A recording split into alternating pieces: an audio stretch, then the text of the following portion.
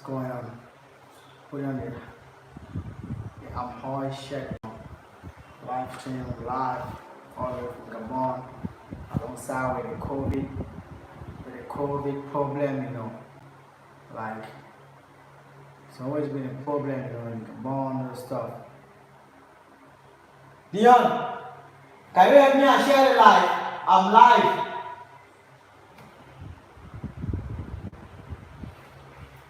There's a very big problem, COVID problem here in Gabon.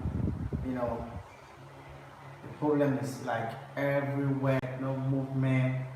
It's really like disturbing us, not only us but everybody. It's disturbing everybody. Problem is real big, real big. Like they shifted it. First of all, it was at let's say 10 o'clock in the evening. That's at night. Now later they shifted it. Right now they've shifted the stuff.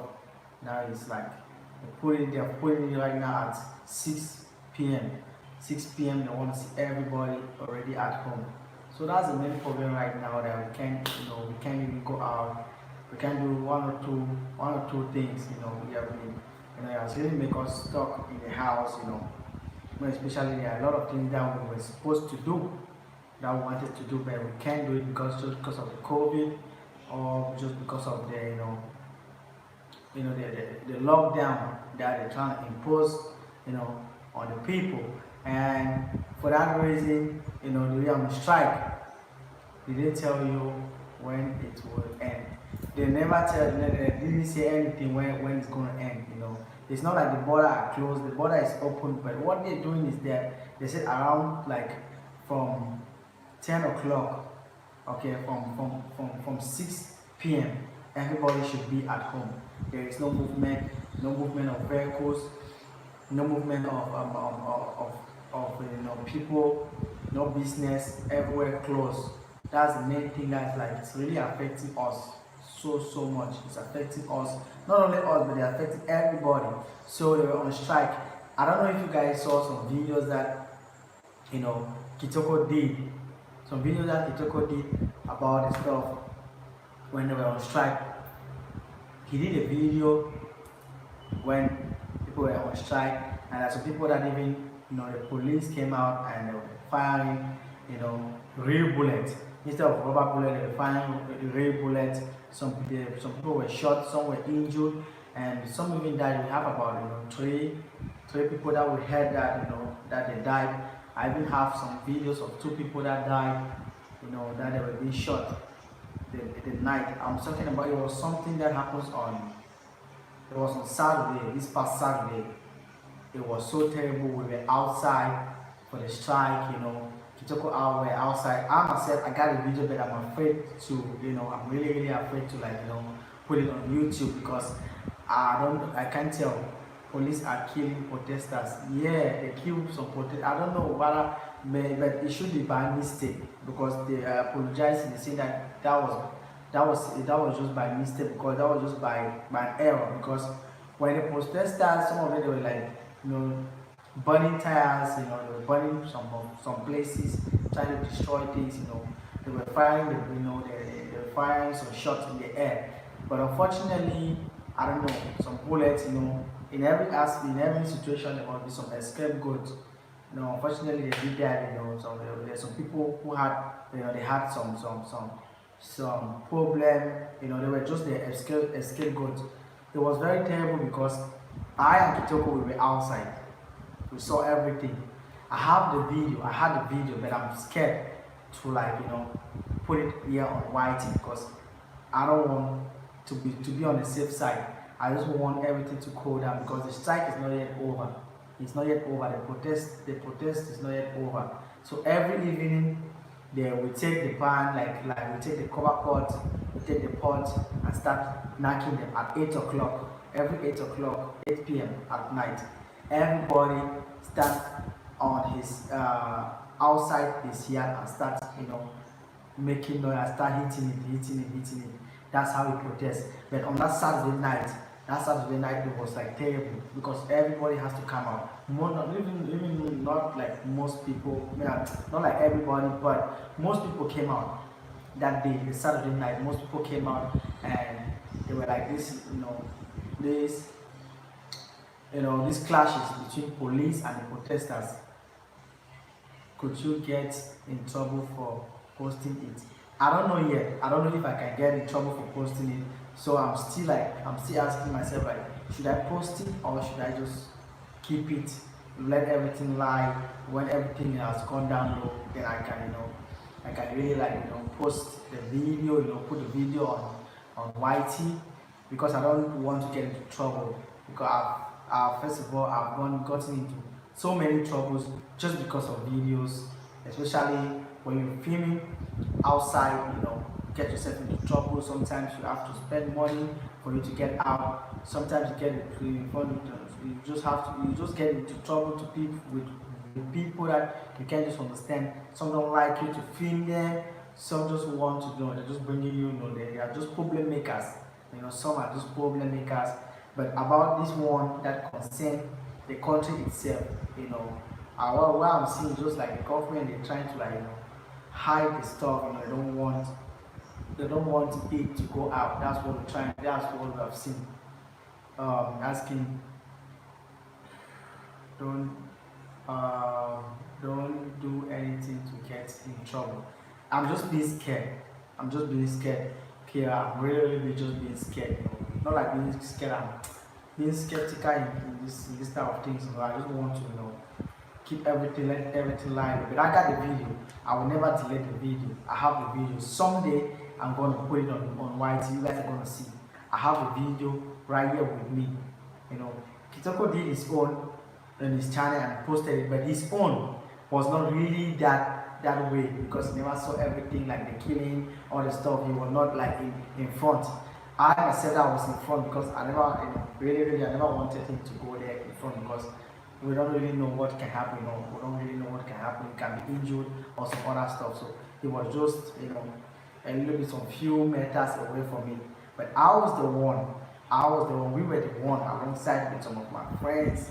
We were really into it. We were like almost closer to the front side. So I got the video of everything, the tear gas that the police fired on us, the beatings and all the arrests that they made. Okay, but I'm just lucky that time that I wasn't arrested. I never got arrested because of that.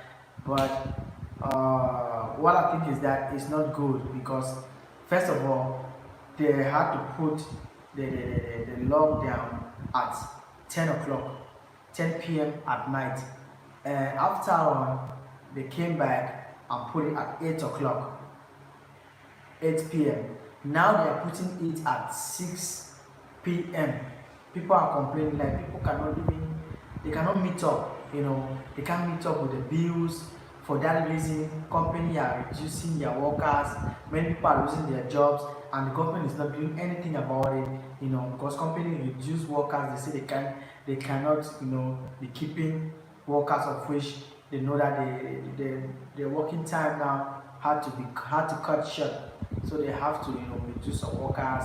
People losing their jobs. People like going homeless because they can't even afford to pay the houses, all the stuff. And most especially people that have nightclub business, people that deals with that sells bars, because no bars open. There's no bar business. It's totally been closed. They don't want to see bars, not to talk of nightclubs.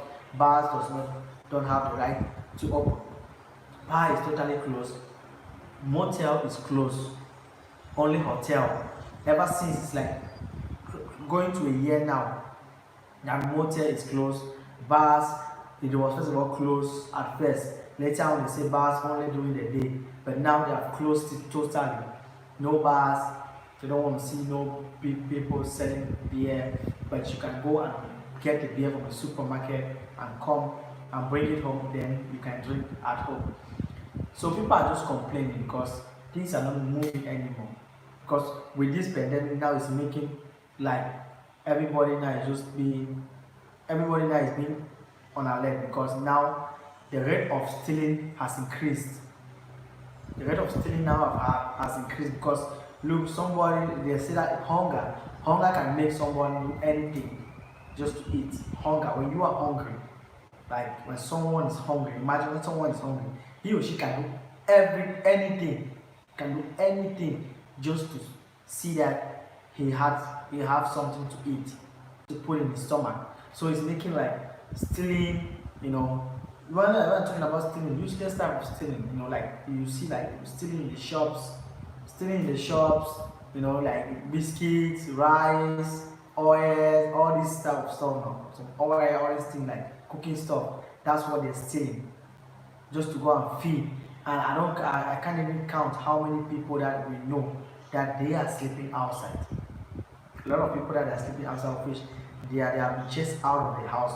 They are being chased out of the house because of the landlord, and the government is not doing anything. The last time that the government did something was when there was total lockdown. There was total lockdown. What did they even do? They were giving people a small size bag of rice, very small like this. It can be like it's like now how many kilo can it be? Like 5 kilo. A 5 kilo bag of rice. The little one, 5 kilo bag of rice, 2 liters of vegetable oil, a packet of cube, Maggi cube, and some savon. Those savons were like, you know, three. Some people were giving them four. That's all. That's all. If you are lucky, you have a carton of sugar, 1 carton of sugar. You know, that was all. Ever since then, nothing again. The government is not doing anything. And moreover, even people are dying. People are dying. For example, just take for example, we are on curfew right now. When someone is sick, or if someone falls sick at the middle of the night, not even at the middle of the night, someone falls sick around 7 p.m., 8 p.m., there is no means for you to take that person to the hospital, all in the name of curfew, all in the name of lockdown. There is no need. You have no means to take the person to the hospital because of lockdown, because of all this stuff. That's what is making people to be angry. That's what is making so many people now, they are angry. We are angry, even though we know the border, and know the border is not yet closed. The reason why they cannot close the border because they know that most of our things, especially food, we always rely on imports. Food, to be precise, the food we rely on imports. We can't survive without importation. We cannot survive without importation. This our country, you see, can never survive without importation, because we import everything. Food, we import all type of food. What is it that we don't import? We import everything. Even sweet potatoes we import is imported. Chicken, you see, that's just the worst. Chicken import like everything eatable. Everything eatable is being imported all over the world. From Spain, is it from I can't really tell. Like everywhere in the world, the whole world in the world, like our neighboring country, especially Cameroon, most of our food stuff coming from Cameroon. Most of them, they are coming from Cameroon. That's why the government, they don't want to close the border, because they did that thing last time and people suffered. People had to suffer. Like you had to get a like one tomato, fresh tomato for $1. A single one tomato for $1 when they did that thing last time. And tomato was scarce here. Why in Cameroon they were selling one basket of tomato for 2,000 francs. 2,000. We were here suffering because of what they were like when they closed the border. Food were like they had assaulted. They had more than enough.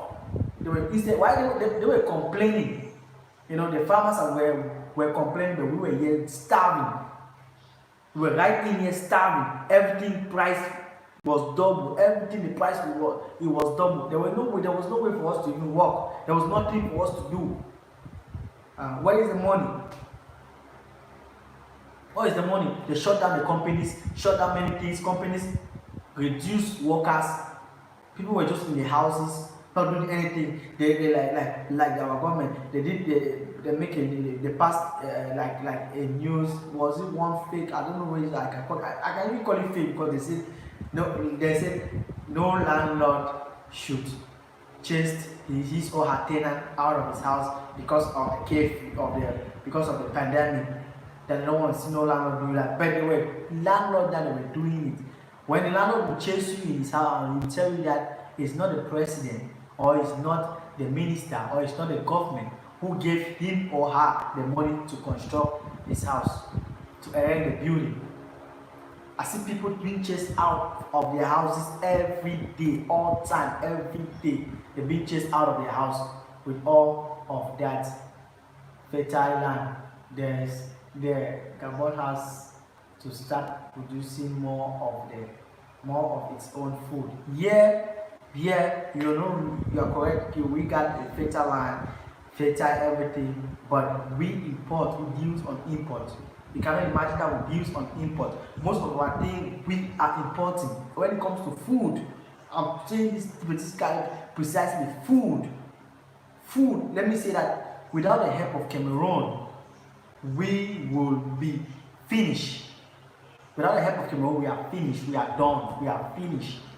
Because we import everything, food, up to the listing. Food, everything is imported. You guys saw the video where I did about the chicken wings. When we're having our breakfast, chicken wings. That wings, the chicken you saw, that wings was imported. The French fry you guys saw, the French fry, it was imported. It wasn't being cultivated yet. They never cultivated, they never produced that yet. Even the banana you see, the banana that's the plantain that you guys see, those plantain came from Cameroon. It comes all the way from Cameroon. When it comes here, it is expensive, real expensive. Every day prices keep on rising, things keep on going up, but we are not seeing any changes. No salary rising, nothing, but you see the prices keep on rising. Things are so expensive in the market. We can't even look.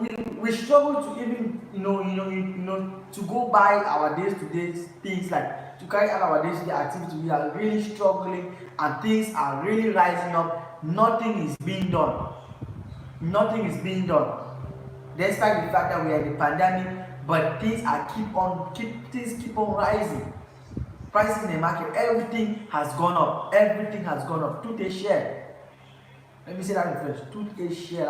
Tout est cher. Il n'y a pas les choses que tu vas aller au marché pour payer que tu n'as pas vu le prix à monter. Toutes les choses maintenant c'est cher. Toutes les choses c'est cher. Moi-même je sais que quand il y a une maladie comme ça, comme une pandémie comme ça, comme Corona, c'est une chose pour les États, pour lui faire un bon prix pour les gens, pour lui descendre le prix. Beaucoup de choses, son prix est monté. Par exemple, le poulet, son prix est monté. L'huile, le prix est monté. Savon, prix est monté. On va faire comment? On va manger comment? On va manger quoi? Les gens qui louent dans la maison là, ils vont faire comment? Avec la famille, tu es un homme, tu pars au travail, tu travailles, tu as un petit travail, tu as ton petit travail. Là maintenant, tu ne peux plus travailler à cause de quoi? À cause du corona. Les sociétés disent que non, ils vont diminuer le travail. Il n'y a pas l'argent pour payer les travailleurs. Ils vont diminuer le travail. Bon, toi-même qui on t'a enlevé, tu vas faire comment? Tu as les familles, tu as peut-être une femme à la maison avec les enfants, peut-être 2 ou 3. Les enfants partent à l'école. Ils vont faire comment pour aller à l'école? Ils vont manger quoi? Les femmes vont manger quoi? It is too much. There are certain things that we don't want to talk, but when it gets here, we just have to spill it out. Because we can't really take it no more. We are really suffering. That's the truth. That's the truth of it. We are suffering. The earlier our government try to do something better, we are really suffering. We can't go on. We can't continue like this. We can never continue like this. They are really suffering. I don't know when they are just sitting up there, they got the money, they have the billions, they have all the money, they are living a comfortable life. They don't even think about the commoner. What about us, the commoner? We are the one that suffers, like the saying goes out, when 2 elephants are in the bush fighting, it is the grass that suffers. We are the grass, they are the elephants. They can fight as long as they can. It won't hurt them, but we are the one bearing the pain. We are the one bearing the pain. They are putting the pandemic, the curfew at 6 p.m. What are we going to do? There are some people that their business starts at 6 p.m. What are they going to do? That is what that's what we are praying, that we hope to get better. We don't even want it soon. We want action to be done now. We want the action to be done now. We want our government to do something. Let them do something about it, because we are tired. It is more than a year now. Corona that we are not seeing. That's the problem. We are not seeing anything. We haven't seen anything. Corona. What are they saying? Corona. They say talking about corona. During the day, is corona sleeping? Where is the corona? We are tired. It's already here. We are tired. This country, we don't know where this country is really going to. We don't know where this country is taking us to. We are tired. We are really, really tired. It's already up to you. It's already here. We are tired. Everybody is crying. Children are crying. Mothers are crying. Fathers are crying. Everybody is crying.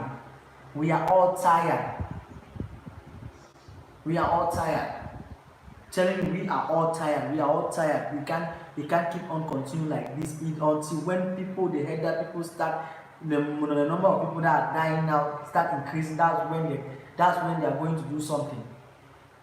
I don't know why every time before this our government wants to do something, they wait until something happens first before they come and before they realize that they have to do something. I remember like a road. There is a road that is just a highway just beside the school. They know that they have to build a crossover where the school kids can easily, they have to make their own path, like a flyover, crossover, just for a footpath. They never did anything like that until a car had to hit a student and she died. That's when they came and said, oh yes, we have to build a flyover. We have to build a footpath up so that the student can be crossing over to go to the other side. They can walk through to go to the other side. I don't know why. Every day is still one and the same thing. When we have something, they look at it as if they are not seeing. They wait for it until it happens before they start to take action. Kira, I see you, Kira. Yo, Kira, how you doing? Greetings. I see you, Kira. How you doing? They always wait for something to happen before they come and take action. I don't know whether they find pleasure when they see people dying. I don't know why if they find pleasure when they see people dying. I can't really understand. I don't even know what kind of government are we. I don't just know because they are not doing anything. They are not working. The people that are in charge, they are not working. I want the president to know this. The people that he assigned to do their job, they are not working. All they care about is themselves and their family. They are not working. They are not doing anything. Nous sommes fatigués de ça. Nous sommes déjà fatigués de tout ça là. Tout est votre premier là. Vous venez aujourd'hui, vous dites les choses. Quand vous passez, c'est fini. When they come, they will talk something. When they talk something, once they are gone, it is over. That's it. It means that thing has already been done and it's over. Ain't got anything again. It's just it's already over like that. That means the thing has been done and everything being completed. We are tired. For how long are we are crying like, for how long are we going to continue like this? Are we now slaves? Are we now sheep, goats? Or what we call moutons? Nous sommes venus là maintenant. Nous sommes venus comme les moutons. Vous ne pouvez pas vous dire 22 heures. On dit ok, 22 heures. Après 22 heures, vous dites c'est 20 heures. Nous, on n'est pas boudés. Là maintenant, c'est 6 heures. Nous, on ne connaît même pas. Peut-être vous vont aller à midi. Very soon, we will not even know their next step now. Their next step now, they'll push it on to 12 midday. Something needs to be done. I am begging on behalf of the government. Something needs to be done. Let them do something before it is too late. Something needs to be done before they ain't see people die. People are suffering just because of the so-called corona that we are not seeing it. We can't even see any corona. We are not seeing any corona. We have never heard something that someone from the street have corona and they came and took him. We have never heard that. Corona in this country is only on TV. Corona in this country is only on the national TV. at the left hand side of the TV, up top corner, you only see them only increasing the figures, but we don't see any people that have any corona. We don't see any people that have any corona. At first, when somebody is sick, once he goes to the hospital, you will never see the person come back again. They will tell you guys that the person has been tested corona positive, they have been tested COVID positive. We are tired of the system. We are tired of their system. We are tired of everything that they are doing. We are just tired. We are just tired. If it's money that they were looking for, have they not yet still given them the money? They want to kill us just because they want to like acquire their selfish desire. It is too much. It is too much. We can't cope. It is too much. For how long are we going to live like this? For how long are we going to stay like this? It is too much. Have you been the government is taking all these measures that they claim that they are taking the measures? If they are taking the measures, let them take care of the people also. You don't just only give command and you don't even care about the people. You don't even think about how the people are going to cope. What about those who do those business at that time, around that time? Because there are some businesses that start around that time, around 6 p.m. I have a friend of mine that he does business. His business, he always goes to his business place around 6 p.m. till in the morning, till morning. But now he cannot do anything anymore. At first, when he was at 10 o'clock, 10 p.m. at night, at least he wasn't happy, but at least it was manageable, because sometimes when he goes, because what he does, he sells pizza. He sells pizza, and pizza always always got to customers here only around 6 o'clock. It starts at 6 o'clock, close in the morning. But when they give up to 10 o'clock, 10 p.m. at night, he goes there at 6 o'clock, then close at 10. Maybe someday he might come with something, at least. But now, totally closed. What is he going to do? This is somebody that has 2 kids. He's not yet married, but he has 2 kids living with a woman in his house. How are they going to feed? How do they expect him to feed? How is he going to survive? They want him to go start stealing. You can't even look for work, because you can't even look for job, because the companies now, they don't even want people. They are instead reducing their workers. They are subtracting their workers. They are subtracting their workers because the curfew begins at 6 p.m. It means that by 5 p.m., latest 5 p.m., every company must have closed, so that the workers can have time to go back home before 86. Because once it is 6, when I say 6 p.m, when I mean by p.m, like 6, exactly 6 o'clock, you don't see any living soul outside. Once if you are caught outside, you have a fine to pay. Can you imagine? You have a fine to pay. It is not normal. It is not normal. It is not normal. When people are sitting quiet, it doesn't mean that the thing doesn't hurt. It hurts. It really, really, really hurts. I live in this country. We produce our own things. I'm sure by now the border must have been closed. I'm telling you guys, I'm sure by now that border must have been closed. But they ain't closing the border because they know that we depend on import. We can't survive without importation. We cannot survive without importation. We can never survive without importation. People ask many people that knows, they will tell you. Even I'm talking about some of our sisters and brothers in the diaspora, those in France, vous tous là, vous tous qui êtes en France, au Paris là-bas, si c'est où c'est à Monaco, où c'est Nice, vous connaissez qu'est-ce que moi-même je parle. C'est trop. On ne peut plus vivre un vie simple comme ça. La vie est dure. Nous on sait qu'ici au Gabon, c'est dur, mais chaque jour, le gouvernement fait ça très dur, tous les jours. We are tired. We are saying that we are tired. We are just tired. We are tired. We are tired. I don't know where they want us to go to. I don't really know where they want us to go to. These people, I don't just know where they really want us to go to, because we are just tired. We are really, really tired. We are tired. We are tired. Now you go to when you go to the market street that I know, at first there were not even so many beggars, but today you go to the market now. I was surprised when I wanted to go to. I was passing by through the hospital road, the general hospital road. I saw people sitting, people that were begging. I was so shocked. I was so shocked. People that they are now becoming beggars. They move, women move on the street with their little babies, and go to the street to go and beg. I was so shocked. I was really shocked about it. I can't believe my eyes. All because of this so-called thing, pandemic that we don't even see. We don't even see it. We have never heard about it. We have never seen it. They don't want our mothers to go out there and do their hustle, do their normal job, what they have been doing. They don't want them to be doing. What are they doing? Just because of their selfish desire, because they want to achieve their selfish stuff.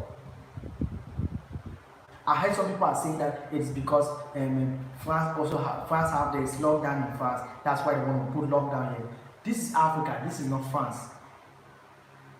What we're really asking is France controlling us or what? Is Gabon in France or what? If they are saying that, if they are trying to tell us that Gabon is now a part of France, they should let us know. They should let us know. Let us not be calling it again Gabon. We should be calling it France. We should be calling it I don't know how they are calling the China Hong Kong.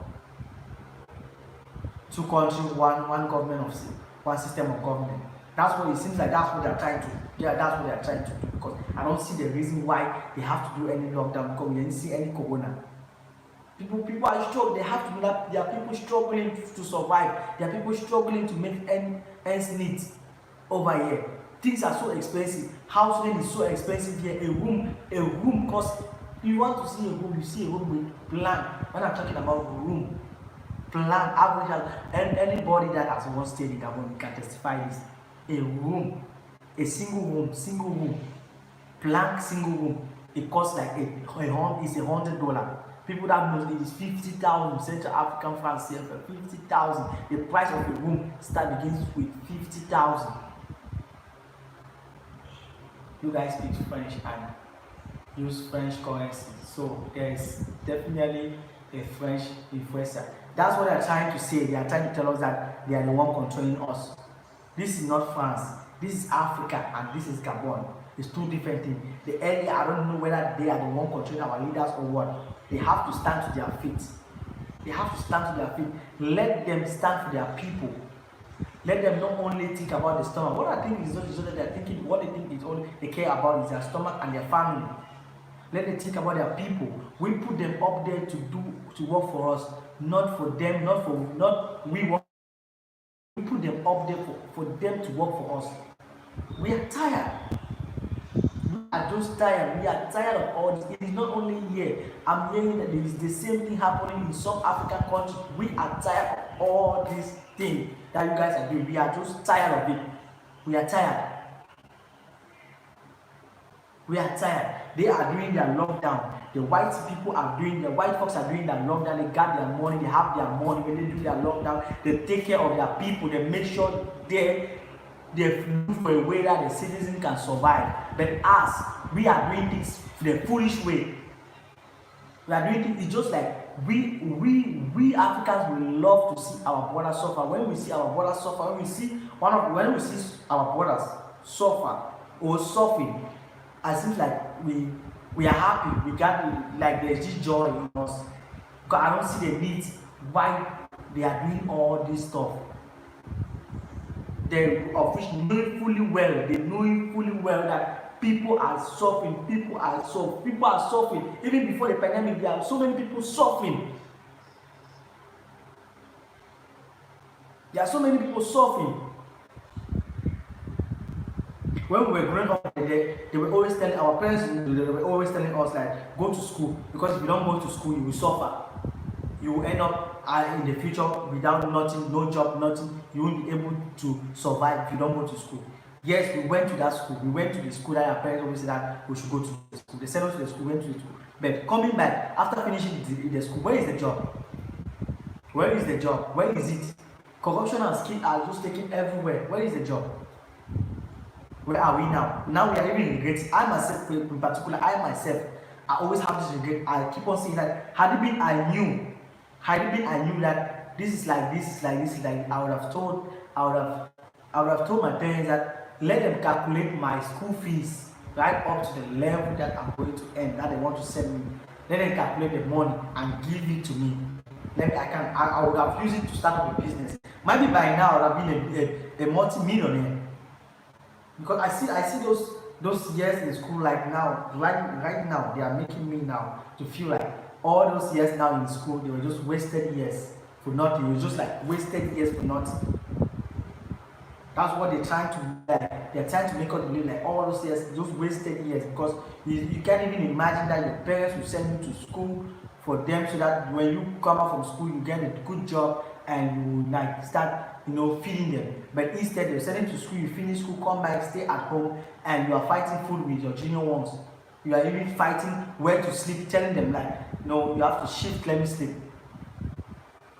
It is not good, it's not normal. What is this? What is all? We are tired of all this. We are tired of all this nonsense. We are tired of all this. When a youth complain that they don't have job, they say that they are saying that lazy youth. They call us lazy youth. They say that you guys should learn and be entrepreneur. You guys should stop saying that what is the government doing for you guys. You guys should start thinking of what you can do for your country.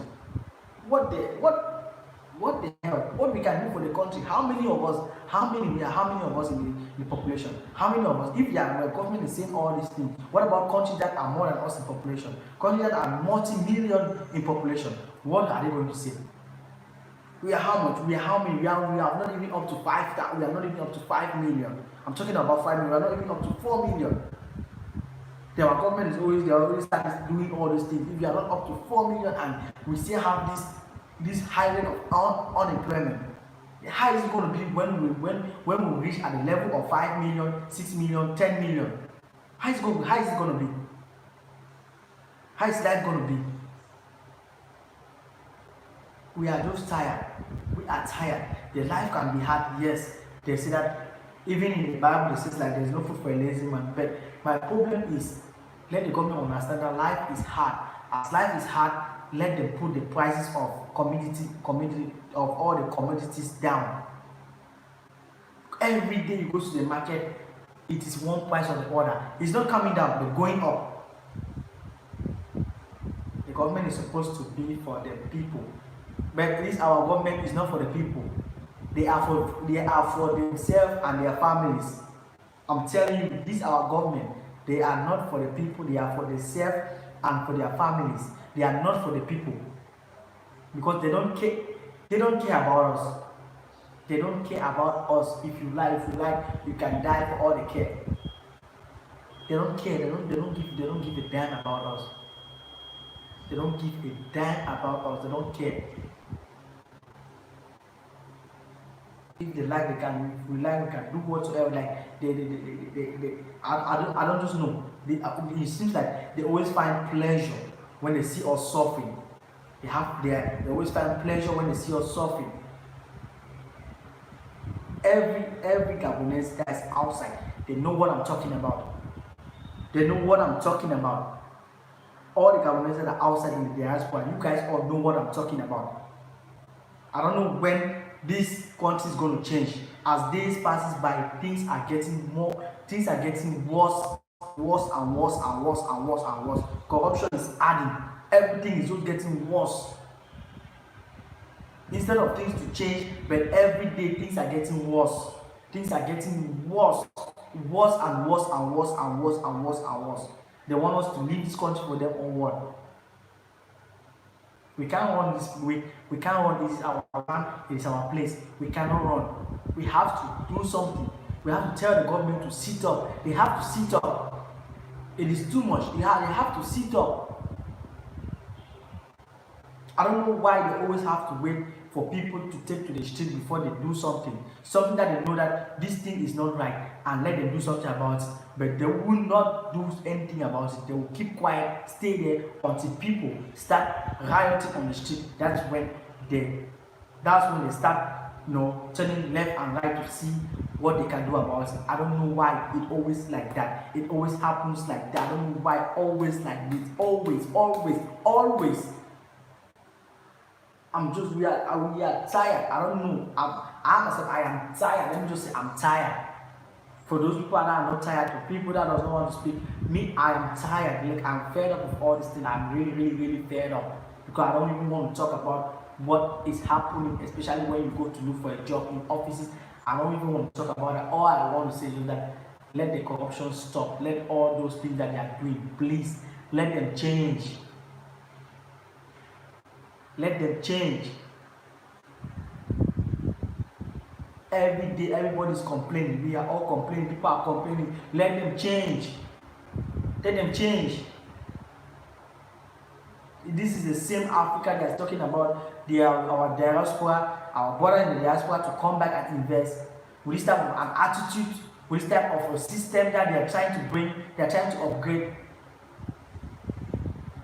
What is all this? Let them change. We are tired. It is right up here. We are tired of all those things. We are tired.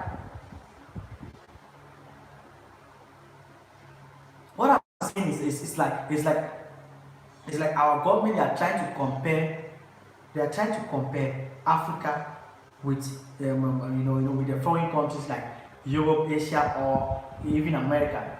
But they don't know that they are way far ahead of us. They are way far ahead of us. We can never ever be like them unless we learn to take things slowly, calm down, sit down, and see how we can build our continent our own way, not by copying from them. We can build our continent our own way, use our own style, our God-given style, God-given talent, and build our continent the way we want, something different from theirs. Because when we are trying to be real, it seems like they are rushing. When all this rush is taking place now, these people rushing, this one rushing, our government is rushing. Like they do a pandemic, they do a lockdown in Europe, they come to Africa and say, oh, everywhere is lockdown. We also, there is no movement. As from henceforth, as from Monday, no movement. No movement, Mr. President, no movement. Those people, I'm not talking about Mr. President. Those people that are in charge, you are saying those no movement. Those people you are trying to punish, do you have something for them? Do you have something for them? Do you even think about it? Because you have the money. You can, when you say that you have the money to feed your family, your extended and your intended family, you can take care of them. Fine. What about people that are not related to you? What about those poor mothers in the village? What about those people that are striving to survive, that are trying to make to meet up with their day's needs? What are they going to do? What will they eat? How will they survive? I don't know. We are not poor. This country is not poor, and this country will never be poor. But because we have greedy people up there, that is why they are making us the commoners to suffer for no just reason. We are suffering. We are really suffering. And please, the earlier they make a change. The earlier they change, the better. We need a change. We really do need a change. Please, we need a change. We need a change. I am begging on behalf of the people. I'm begging on behalf of the people. I don't know, whatsoever is watching me, whether you are connected to one or two ways, whether your uncle or your auntie is in the high places of the government, please let them know that we are begging on behalf of the people. Please, we need a change. People are suffering. We are suffering, but we are suffering. We can't take it anymore. It is too much. Prices are going up every day. We know you guys are trying when it comes to terms of security. You guys are trying in that part. You guys are trying. I am proud of you guys, what you guys are doing in terms of security. We got the security. We are secured in that one. But what I'm saying is the poverty state is rising. The poverty poverty state is rising. It is rising, and if care is not taken, it's gonna be horrible. It is gonna be horrible, because I was shocked when I was moving alongside the road towards the hospital, towards the general hospital. I saw people that were begging. I was so shocked to see the number of people who died there, because that's the place that I always try to pass.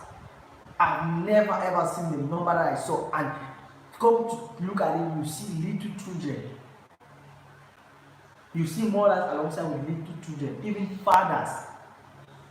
If you go to listen to their story, if you go and listen, the problem is just that how I wish I really have, so that I can, visit them one day with some items. Then try to make a video, so that they should share their story with you guys. Some of you will shed tears. Most of you will shed tears. It's not because they are lazy. It's not because they are handicapped. But it's because of the bad system of government. It's because of the bad system of government. Because of greedy people that are there. Because of them. Not because they don't have, they are not qualified for the job, or they are not doing something, but because of the bad government. Please, we have to start making change. Even if you guys don't want to change totally, but at least just put in 5% of change. Just 5%. I know that 5% will do. That 5% will change a lot of lives. A lot of lives. The 5%, just the 5% will change a lot of lives. You guys should just put in just 5%, because I don't know. Look, I'll put the video. The video I told you guys about the strike. I'll put the video. I think I'll put the video next week. Let me just, because we are still trying to see what the government is going to do, whether if they are going to really now, they are going to end their so-called lockdown. So that's why I put it next week. I'll put the video next week. I know some of you have been seeing me all alone. I'm the one talking today, all alone talking today. Kitoko is fine. It's okay. Just that he never wanted to be live today, but he's okay. He's doing great. It's fine. He's just having some rest. You guys saw him, the video that I posted that we did together. The video of the breakfast. That video was done this morning time today. This morning, so it's okay. You guys can see it's all okay. The reason why I went live is to talk about this COVID nonsense, this COVID problems that is going on. That was the reason why I went live today, to talk about it, because the thing is really pissing me off. The thing is pissing me off, like not just only me. When I see a lot of people going there, it's really pissing me off. So that was the reason why I went live. So thank you guys so very much, for being here. Thank you guys also for coming to the live stream. I saw a lot of people on the live stream. Thank you guys so very much. I love you guys all. To say wish you guys a happy day. I don't know how you guys are coping also with your pandemic over there. Don't really know how you guys are coping with the pandemic over there, but I hope things are going better over there also with you guys. I hope things are going better over there with you guys. I give a very shout out to Kia. I give a shout out to you, and we're waiting for you. Kia, we're waiting for you. We're waiting for you. And all those people that are planning to visit Africa, please let this not discourage you. Okay, visit Africa. You might be the one, you can come and add something, you can come and chip in something that can help the continent or can help your country.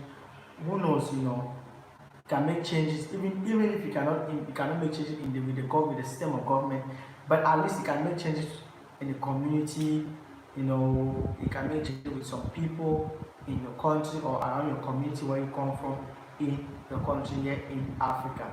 Let it not make you feel discouraged, because you always have something to contribute, if not to the government, but to your own people that are waiting for you.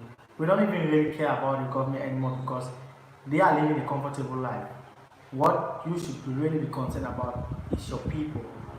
The people from where you come from, ask yourself if what they are living, what type of life they are living.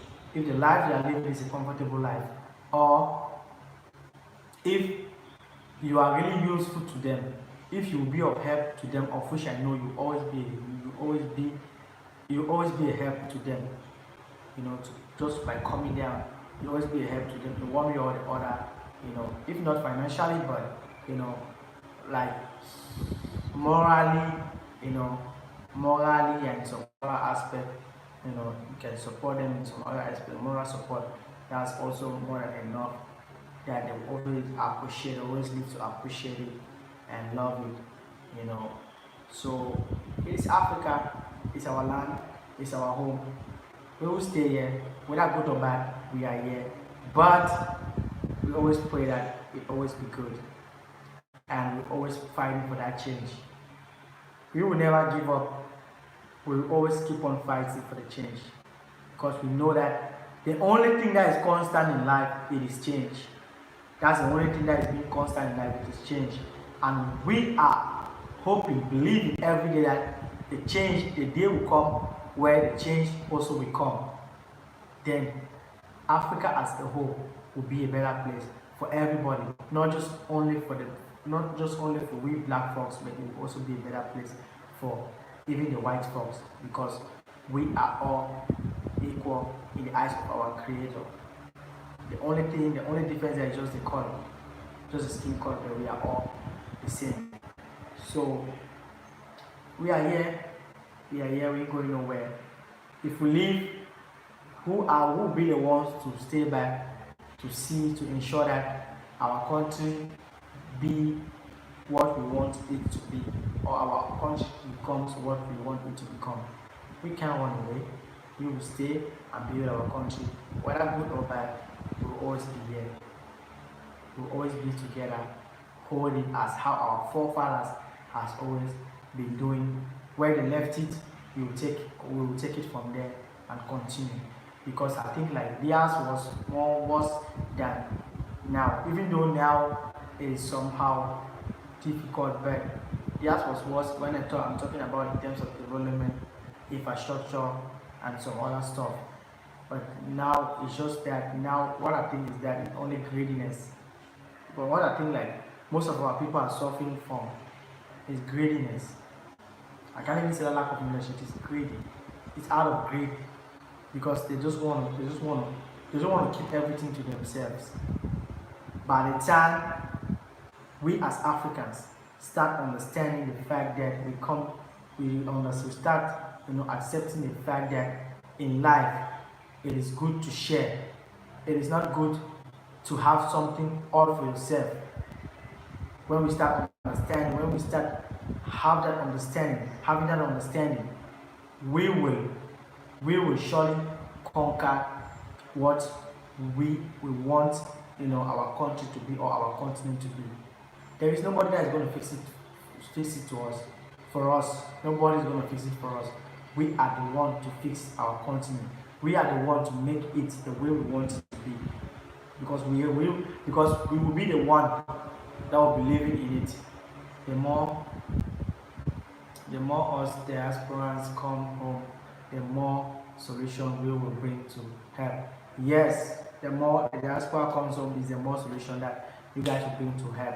So don't just sit down and say, oh, that Africa, look at the way they're talking about Africa, I can't go there. Of which that's your home. It is your home. You cannot stay back and hoping that change will come. And while you are there, who is going to make the change? Who do you think is going to fight for the change for you? You have to come fight for your change, whether good or bad.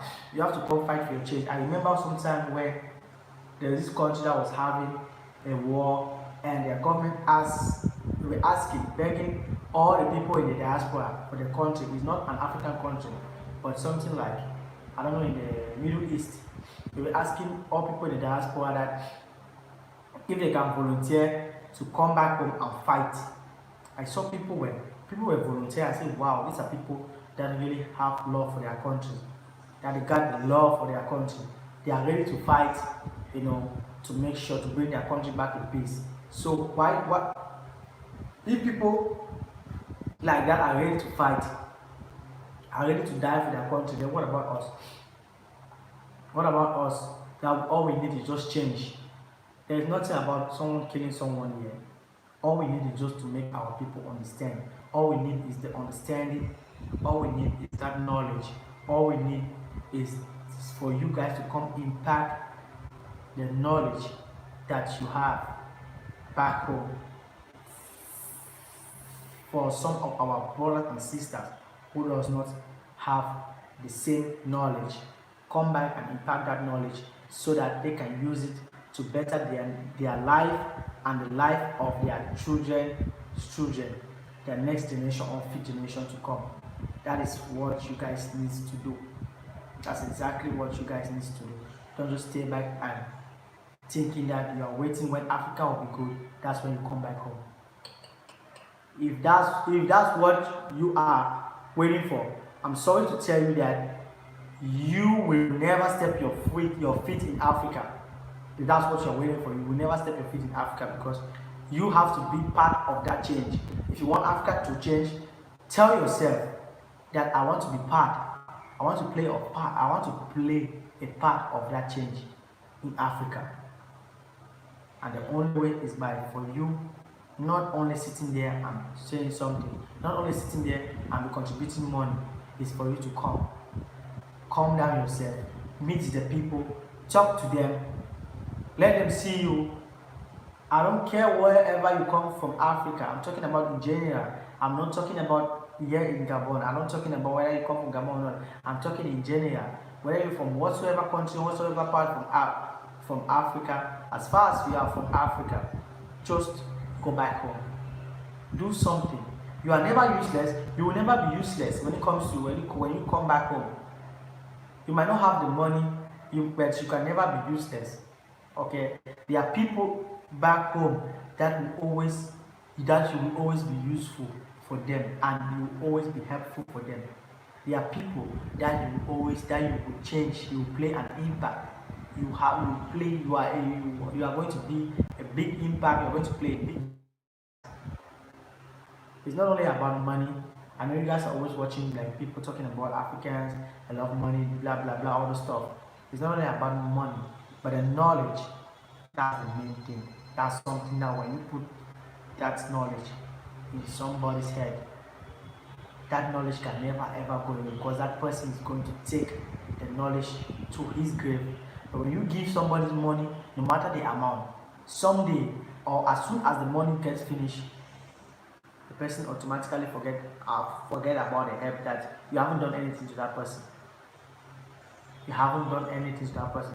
As me sitting here, I can cut myself like an example, because there are so many things that I've learned from Kitoko and Dorian and so in peace. I've learned from them. There are so many things I've learned from Kitoko, and I'm still learning till this day. I'm still learning. Okay, that's an impact that he's playing in my life, because there are things that I'm learning from them that they are teaching me. So they are all these things. They are all things that I will go with it in the grave. That's how I will live with it till the day I die. It will never fade away, and it's going to help me in one way or the other. Right now, I can't really compare myself with some other people, and I got some friends that they were like, and when it comes to some type of knowledge, they were like a little bit, better than me. But right now, they themselves know that I'm better than them, because they know that now I have the knowledge. I know some things that they don't know. Just because they sees me with them, they know that I know some things that they don't know. Kitoko and King definitely have a lot of knowledge to give. Definitely, they have a lot of knowledge to give, a lot of knowledge. The other day we were, the other day Kitoko was, giving out seeds, like planting seeds. I don't know about the stuff. I've forgotten the name. He was giving out some seeds to some women to go plant it out. He was giving out in the sea. I was supposed to film. I wanted to make a video. He told me that no, I shouldn't make a video because if I make a video, it won't sound as if it is like a herb. It will look as if it's like, it's like a priority, or it's like being proud. He's just like trying to show off. So he never allowed me to film it, and I saw that, I I thought, I really see that it was real. That was, what he was saying. That's good. He said that it's helping. He knows that it's helping. So he was giving out some seed, some people, some women out there, so that they can go plant it, because I know those women can never ever forget about him. One is come back the other day just to say thank you, alongside with she brought her kids alongside with her just to come show some appreciation to him, and that the people were so happy and they were very, very joyful. You can see smiles on their faces the time they were receiving those seeds. You see them with a lot of smiles on their faces that day. So you see, that thing, you can see it. It might be little over there in America, but here is not little. Here is not little. Just by putting smile in some people's faces, that means a lot. That's adding more years of your age, long life and prosperity, in you. You don't see something that you might see there as nothing, but it might be something to somebody back home. So don't look at something like, no matter how the favor is, no matter how the thing is, knows that thing you see it useless or not useful, it is something that someone back in your home is dying, trying to see how he can get it, but you see it over there as if it doesn't have any useless. So there's nothing being useless. That's why I say that it doesn't matter whether you have the money or not.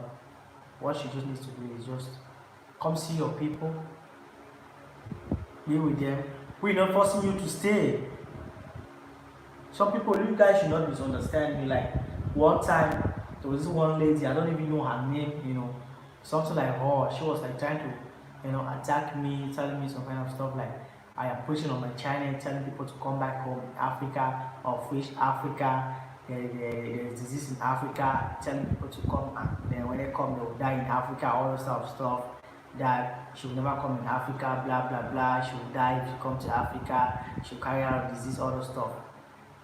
But there's one thing, like she forgot to know that this same Africa, let him check. Africa has more than 1 billion people living in the continent, and those people, are they all dead? They are living, right? We also have white folks living in Africa, right? We have even white presidents come and visit Africa. They stay in Africa. Some even make a week. Did they die? No. So many people are coming, they are doing something. Are they dying? No. Don't pay attention to people like that. Mine is lost. That's what always telling me. So I just look at it somehow, but I just said, if she doesn't want to come to Africa, fine by her, it's fine by me. Okay, it's not everybody. We keep on pushing that the diaspora should come back home. We knowing fully well that it's not everybody that will buy the idea to come back home. But those who want to come, let them come. Those who does not want to come, it's still fine. It's okay. They can stay back. But those who want to come, let them come. If you know you're the person who have the zeal, you have to play an impact. You have the zeal to, you want to put an impact to, to people's life. You want to be part of someone's life. You want to contribute in someone's life. Then you need to come back home, visit your people, do something for them. It must not be money. It must not be money. It must not be financial help. Do something for them. Tell them, teach them. You can teach them something. Even when you go back, even if you are not living here, when you go back, that thing that you taught them, at least they might use it to earn a living for themselves. I always tell people like, I always advise people like, don't contribute money to this non-governmental organization, groups. Don't contribute money to them. I always keep on saying this. Don't contribute a dime to them. That money that you are contributing, or that contribution that you are making, please make a save. They keep putting the money inside for like 2-3 years. Then you go into it, break it, see how much it is, book your flight, come down to Africa, meet the real people. You are going to see the real people, and you do it by yourself. Because most of these non-governmental organizations nowadays, they are not doing the real thing. For example, people will make donations for about, they will raise donations for about, maybe for example, $100,000, but what they are going to give out there, it won't even be half of the money. They are not going to spend half of that money. The rest of the money will go into their pockets. The rest of the money will go into their bank account. Don't contribute money to non-governmental organization. I always tell people that most people in the diaspora don't do that. It was at first that they were helping, but right now everything is business. I always tell people that, as like so many people, some of them have come to me through Instagram, through the IG, they're asking me like, how can they contribute, so that they can see that they can play it back. I don't know any village home, so that I can wire some money for me, so that I can support them, make a video for them and send it to them, let them see. I'm always telling them like, calm down yourself. If you calm down yourself, if you want to work with me, when you calm down yourself, I will take you there. You do it yourself. You give them yourself. You see it yourself. I'll show you where people are really suffering. You see the people that are really suffering. You do it yourself the way you want it. Because the person you're sending, giving the money, cannot do it the way you want him or her to do, or to help. I always tell them, there is no need for you to be afraid. You don't have to be afraid. We are all human. They are human beings living in Africa. Africa is not a bush. Africa is not a hell. Africa is not a planet that people don't breathe. Africa is not a planet that humans do not live in it. The people are living in it are the animals. They are not animals. Africa is a place that humans like you and I have 2 hands, you have 2 hands, I have 2 legs, you have 2 legs, I have everything. I breathe the same air that you breathe. Maybe the air that I breathe in Africa is more clean, more than the one you breathe over there. But you don't know. You are there thinking like Africa is a bush. You are thinking like Africa is a land of diseases. My sister, my brother, I'm telling you, the day you step your leg in Africa, you will be shocked. I am telling you this. The day you step your leg in Africa, you will be shocked. Most especially you that always have negative thoughts about Africa. The day you step your leg in Africa, trust me, you're going to receive the highest shock of your life. Not about whatsoever, what you are going to see. The type of people that you are going to meet, you are going to be shocked. If you don't know me, know now, know from this day. No, I'm not talking only Gabon. No, not only our country Gabon here. I'm talking Africa in general. Africa in general. There is no country that which does not have a bad side. Each and every country has its own bad side. Even in America, there are also there are side that there are areas that is called no-go area. Every country has its own bad side and good side. So don't sit out there and see the bad side of Africa. You're making videos, someone making video of bad side of Africa, you watch the video and you just conclude that that is how Africa in general is. No way. There are way more good and kind-hearted people in Africa than you think. I'm telling you, there are way more good and kind-hearted people in Africa than you think. You sitting there that you think that you have never ever met in your whole entire life. I'm telling you guys right now, that you have never met in your whole entire life. I'm telling you guys right now. Anybody who have been in Africa, it doesn't matter whether one or two things they have done something wrong, no, they did something wrong to him, but he or she can testify that he meets good people in Africa. He meets so many good people in Africa. Even some of the white folks, they are saying it themselves. They are saying it themselves. Meet all these white bloggers. Meet all these white bloggers. Watch some of their content. That they visit Africa and see it for yourself. They know Africa.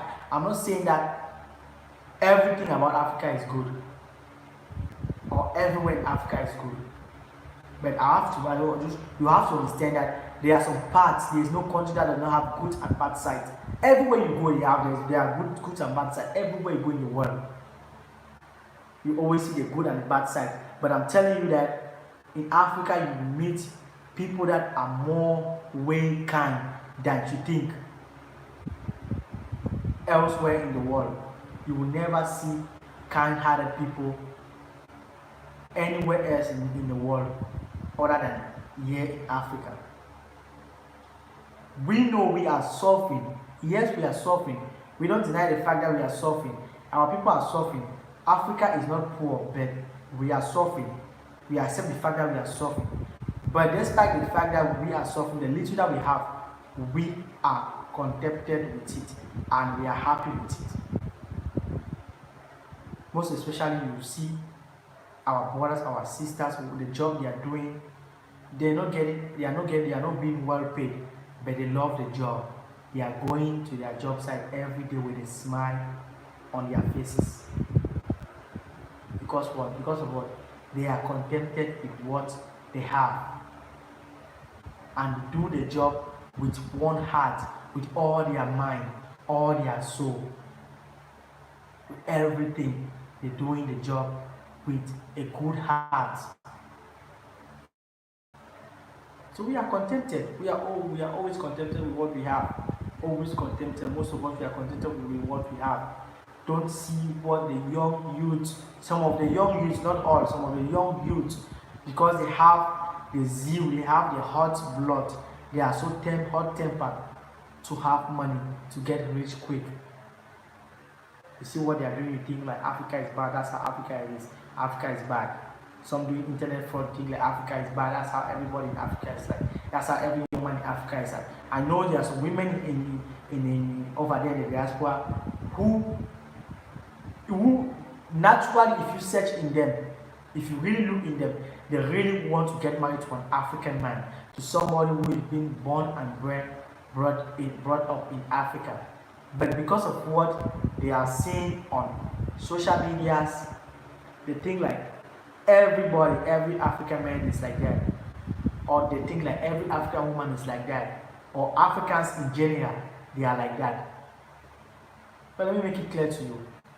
Let me tell you, the best way to know something is for you to calm down and see things for yourself.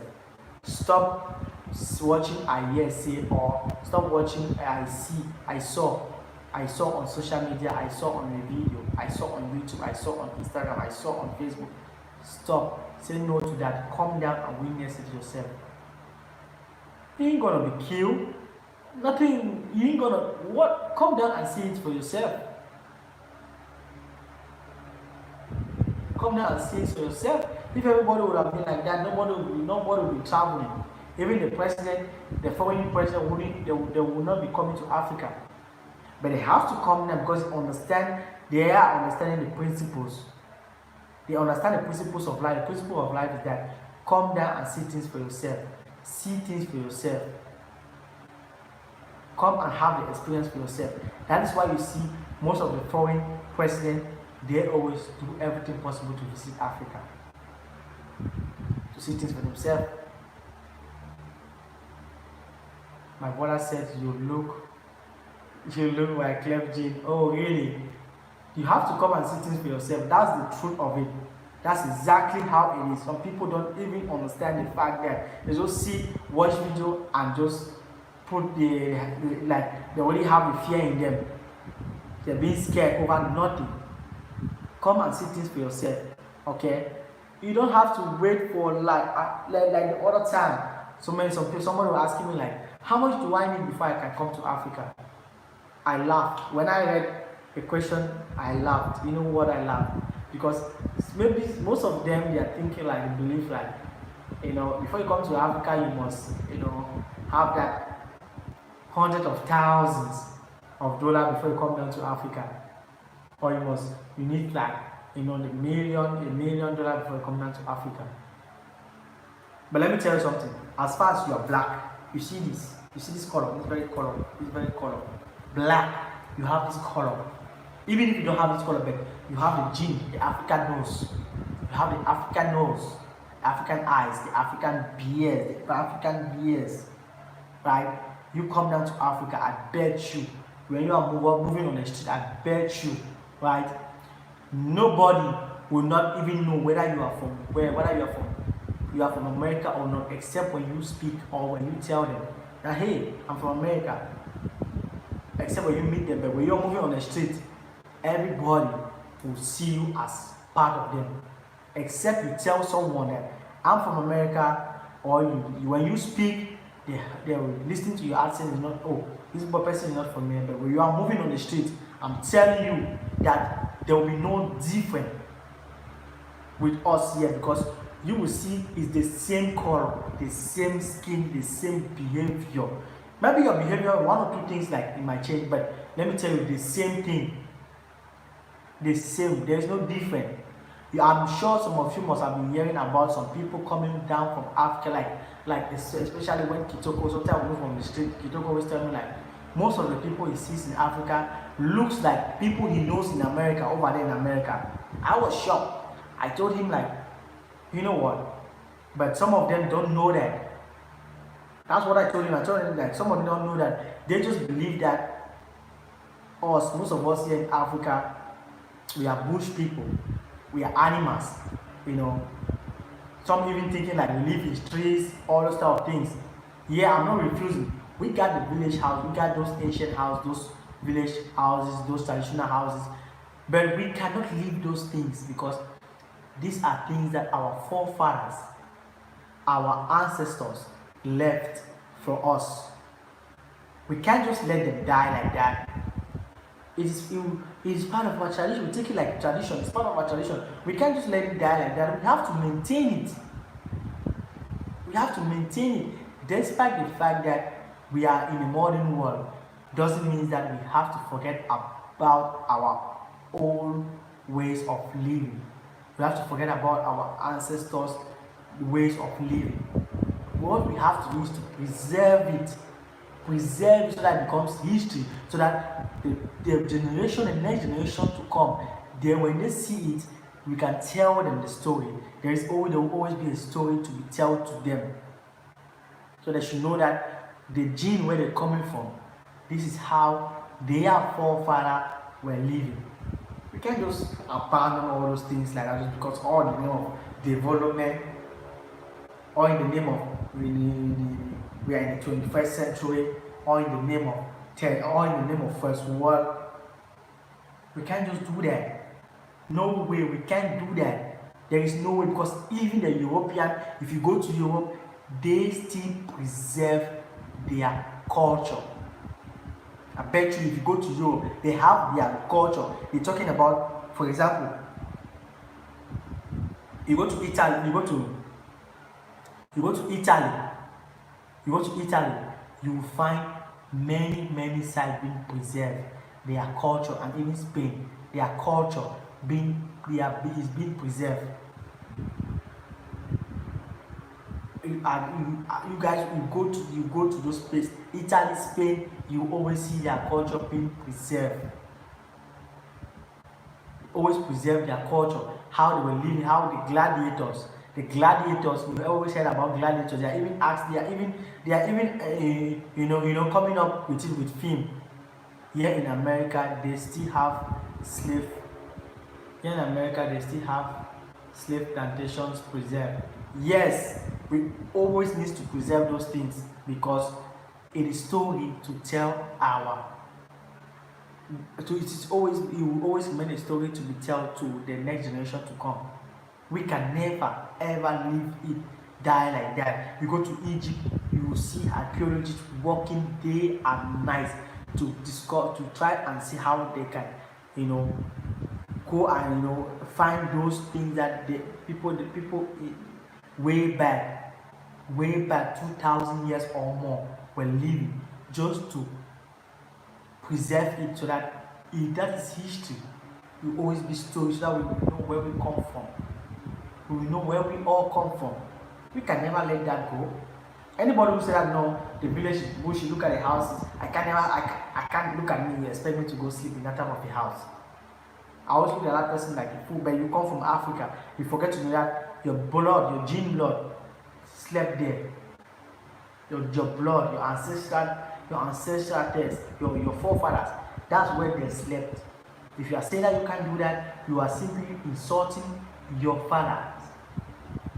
You are insulting your father that I can't sleep in that type of house. Imagine me going in there in that dirty house. That's absolutely nonsense. That's absolutely nonsense.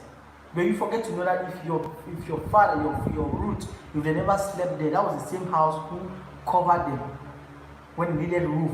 That was where they slept, and up till now they passed on the generation,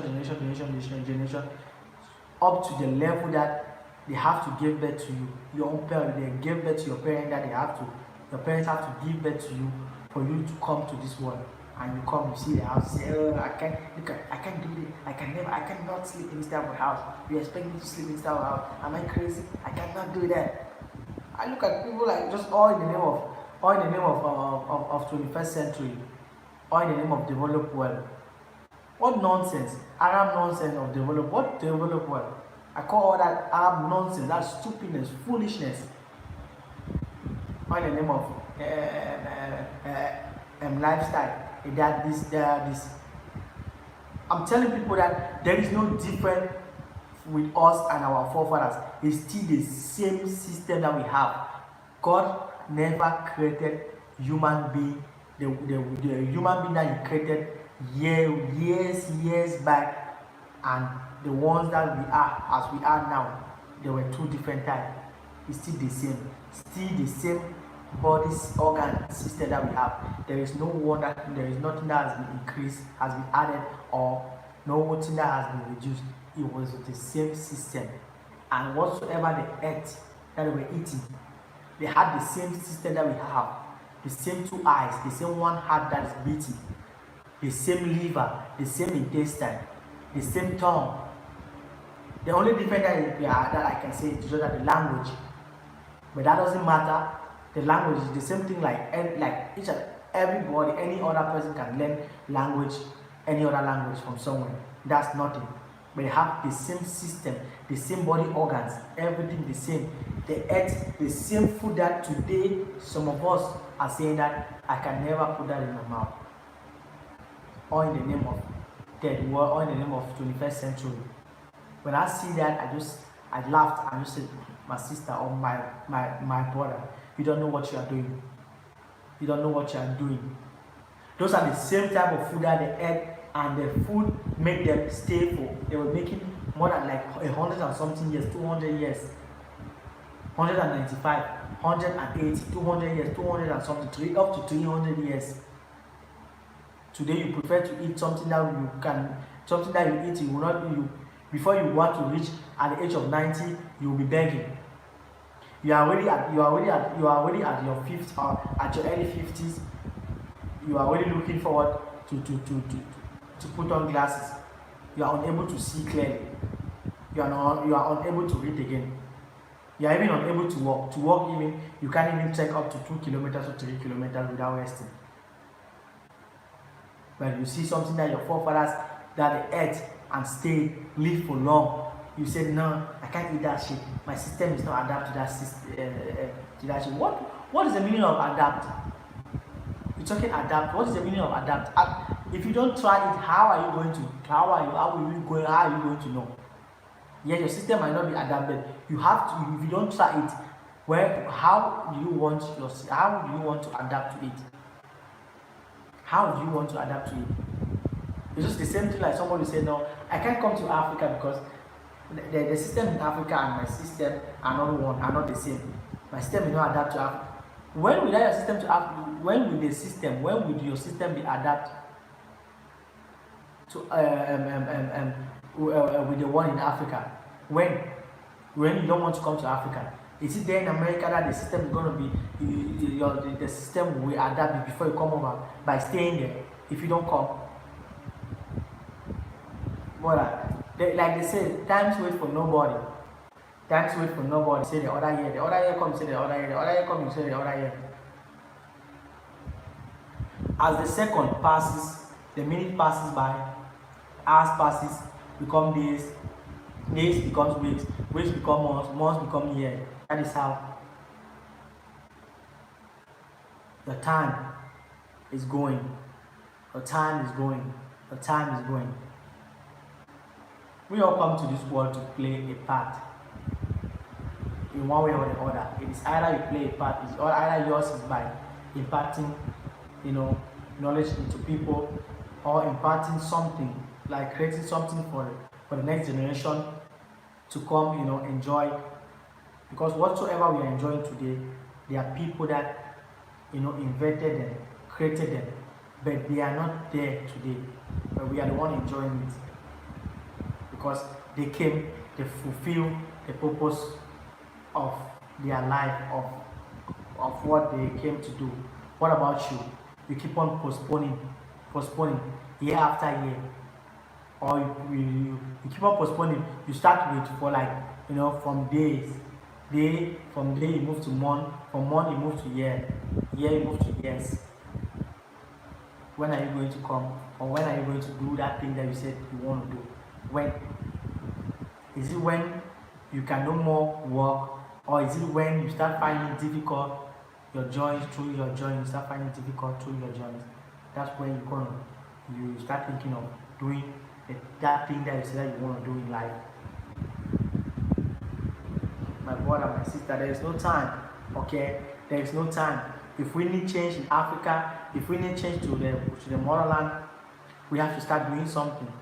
Not by sitting and saying we need change. Yes, we need change, or by sitting there, all you know is only to text, to write on social media, talking on how Africa can be, talking on how Africa can change.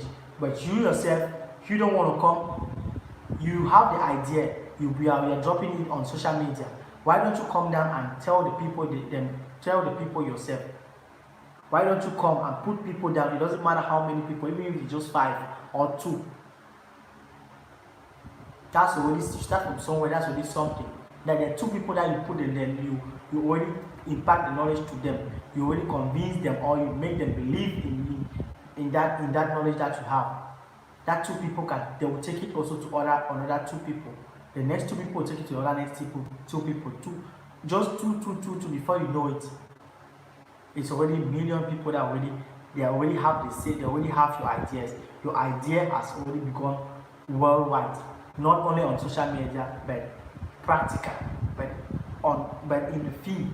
You did that in the field, not only on social media. We all know how this social media works.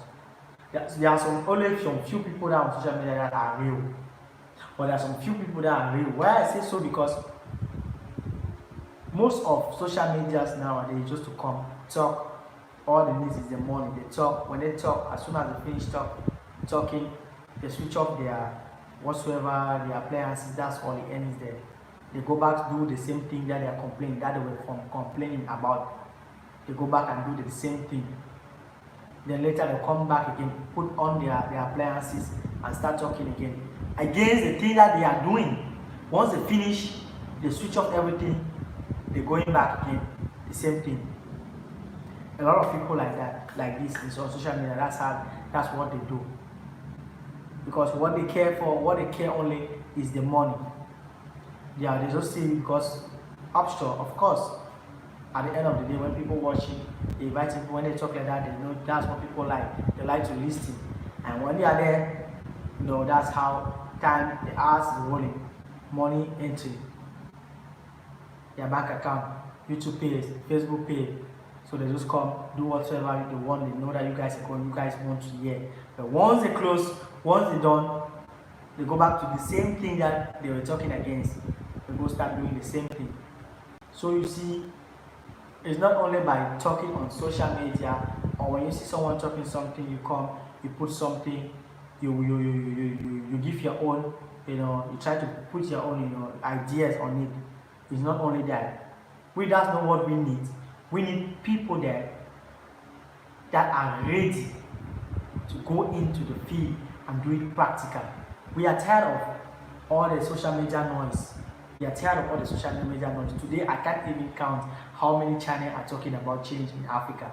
I can't even count how many vloggers we have today talking about change in Africa. But nothing is happening. Nothing is taking place.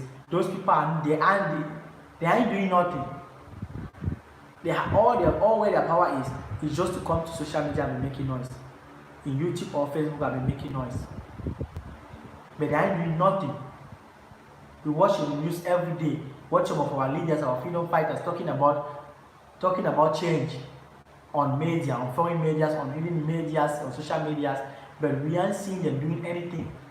No change. And it's time for you. I'm talking to you people that are watching me right now. You, especially you right now that is watching me right now.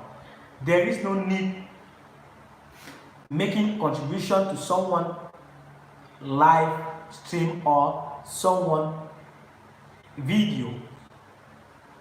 There is no need for you doing that, because just by doing that, that person he or she doesn't even care about what you're writing or what you're saying, what you're trying to tell him or her. You yourself have to put those ideas, join them together, make a day or make time where you can go create an impact to people's life. There is nobody in this life that is useless. There is nobody that is useless. Nobody is useless. Don't look at people on social media and say, oh, this one has got millions of followers because he's this, he knows he's saying the right things, because he's an activist. Each and everybody is an activist. Sorry, the rain is already raining here, but we can't stop. We should keep on talking. Each and everybody is an activist. You have to be part to play. You are also an activist. Everybody is an activist. You are an activist, but you don't know. The only thing that is keeping you from not coming out is fear or shyness. That's the only thing that is keeping you from not coming is fear or shyness. You don't have to be afraid. Even if you're shy, you can meet children, meet the younger ones, the ones that you are bigger than them, the ones that you are older than them. Meet them, talk to them, put them down. You can hold a conference, hold a little meeting, or a little union. Talk to them, because tomorrow there will be a one growing up tomorrow. You talk to them, you think like you're talking to them, but you don't know that what you say to them, that's the same thing. When they grow up, they will do that. Yeah, it is raining here. It's raining. It's raining outside. Yeah, raining outside. The children know that what you are doing, what you are saying to them, that's what when they grow up, they will know that this is what this person told me, this is what who this told me, this is what auntie this told me. This is how it's supposed to be. That's how it's supposed to be. Yeah, the rain is heavy. Rain is coming down. Really heavy. Yeah, rain. So we really have to build something. Yeah, it doesn't matter how shy you are, but there are always people that we can meet. I hope believe that there are always people that we can meet, that we can talk to them, we can make the change, and play an impact, play an impact to their life. It doesn't matter how small it is, it doesn't matter how you think how small your idea might be, but that little idea that you have can do something, can go a long way, can really, really do something. You have to be thinking like because of this, because of that. Don't let it. For example, when you see those motivational speakers talking, you think like, oh, they got students. No, they ain't got no students. They ain't got no students.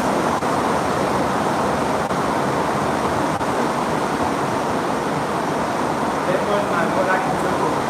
But one thing where he was, I told you this, Kitoko is in the building.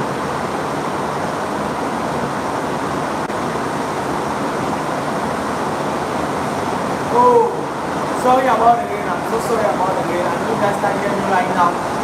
I'll just drink some water. I'll drink some water. While I chill out for the rain to come out. Drink some water. Sorry about the rain.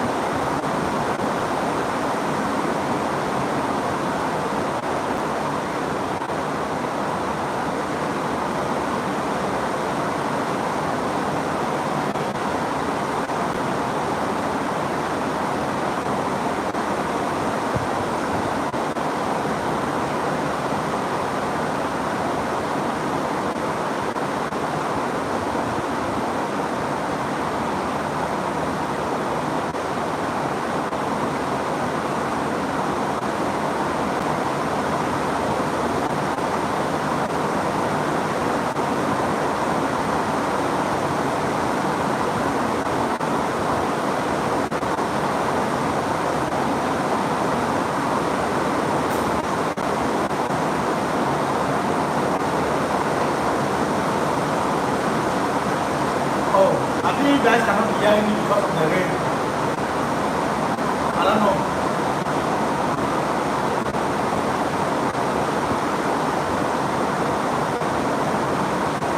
So wait a minute.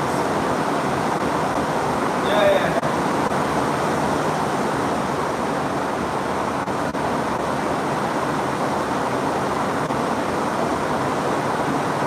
Now this thing like the rain is like really falling outside.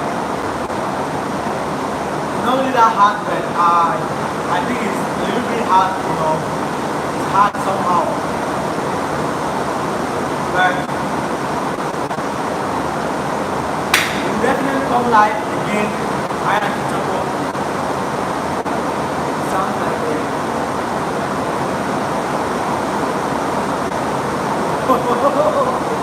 No way! No way!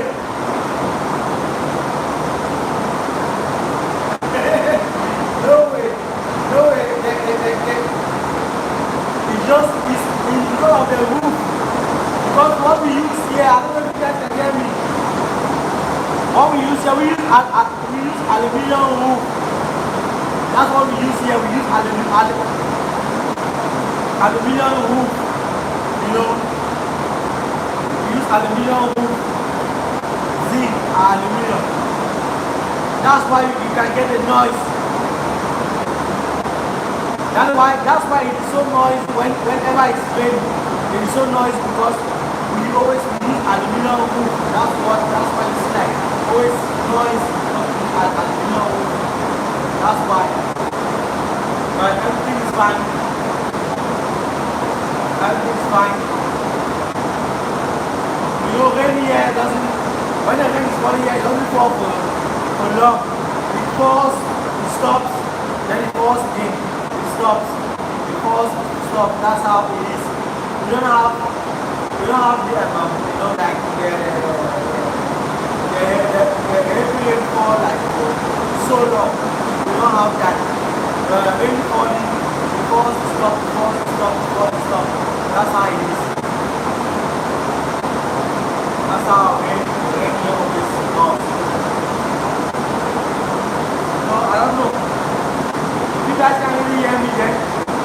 I'm just gonna end up the live.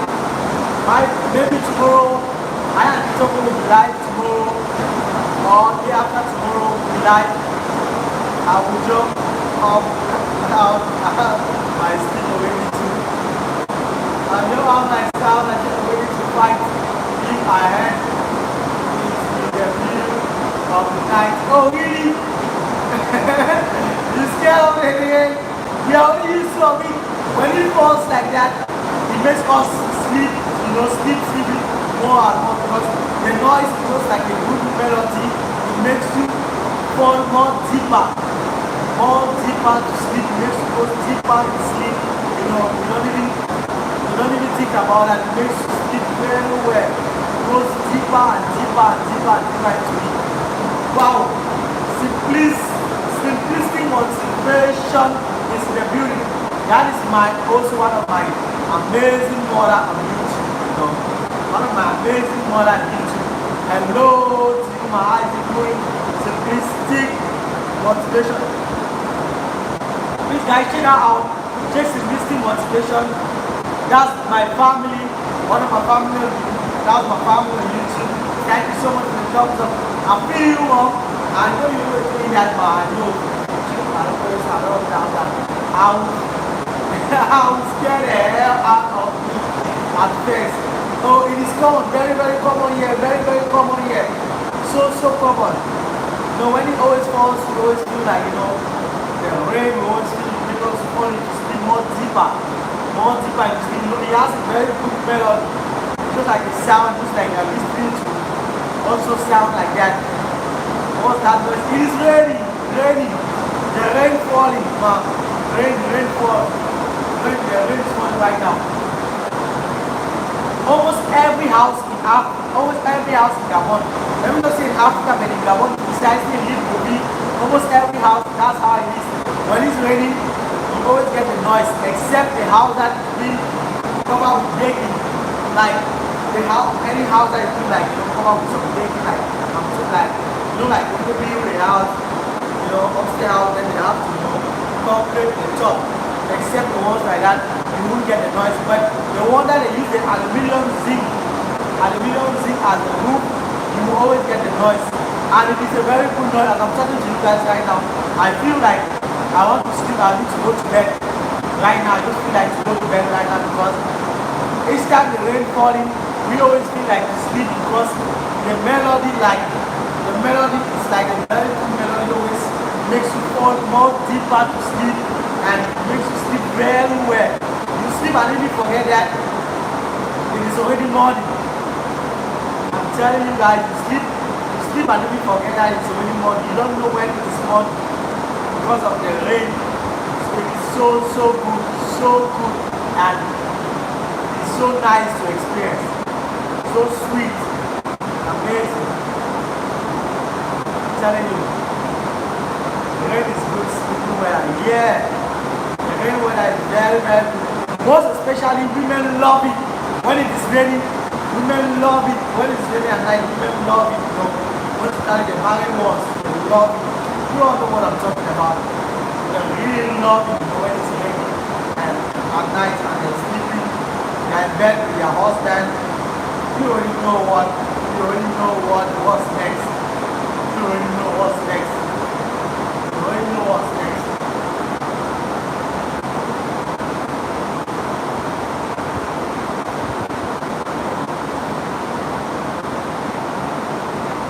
already know what's next when it's raining and they're sleeping. So, but the rain is already, getting over. Continue. Yeah, I love the rain, but this sounds like guns. No guns. There's no gun. It doesn't sound like any gun. It doesn't sound like any gun. It doesn't sound like any gun. It is good. It's cool. You see like the rain is going over right now. It doesn't fall for so long. Rain in Gabon doesn't fall like for so long. We don't have the type of rain that fall like for over an hour or for like hours upon hours. Rain falls here even it's like too much, like 20 minutes, 30 minutes. That's it. did you finally receive YouTube paycheck? I did not receive any YouTube paycheck, but what YouTube did, I watched a video like they say because of the pandemic, you might not, receive your check because of one way or the other. If you haven't received your check, you should click on what help, all those stuff. I watched a video and I find out I do research still on here on white.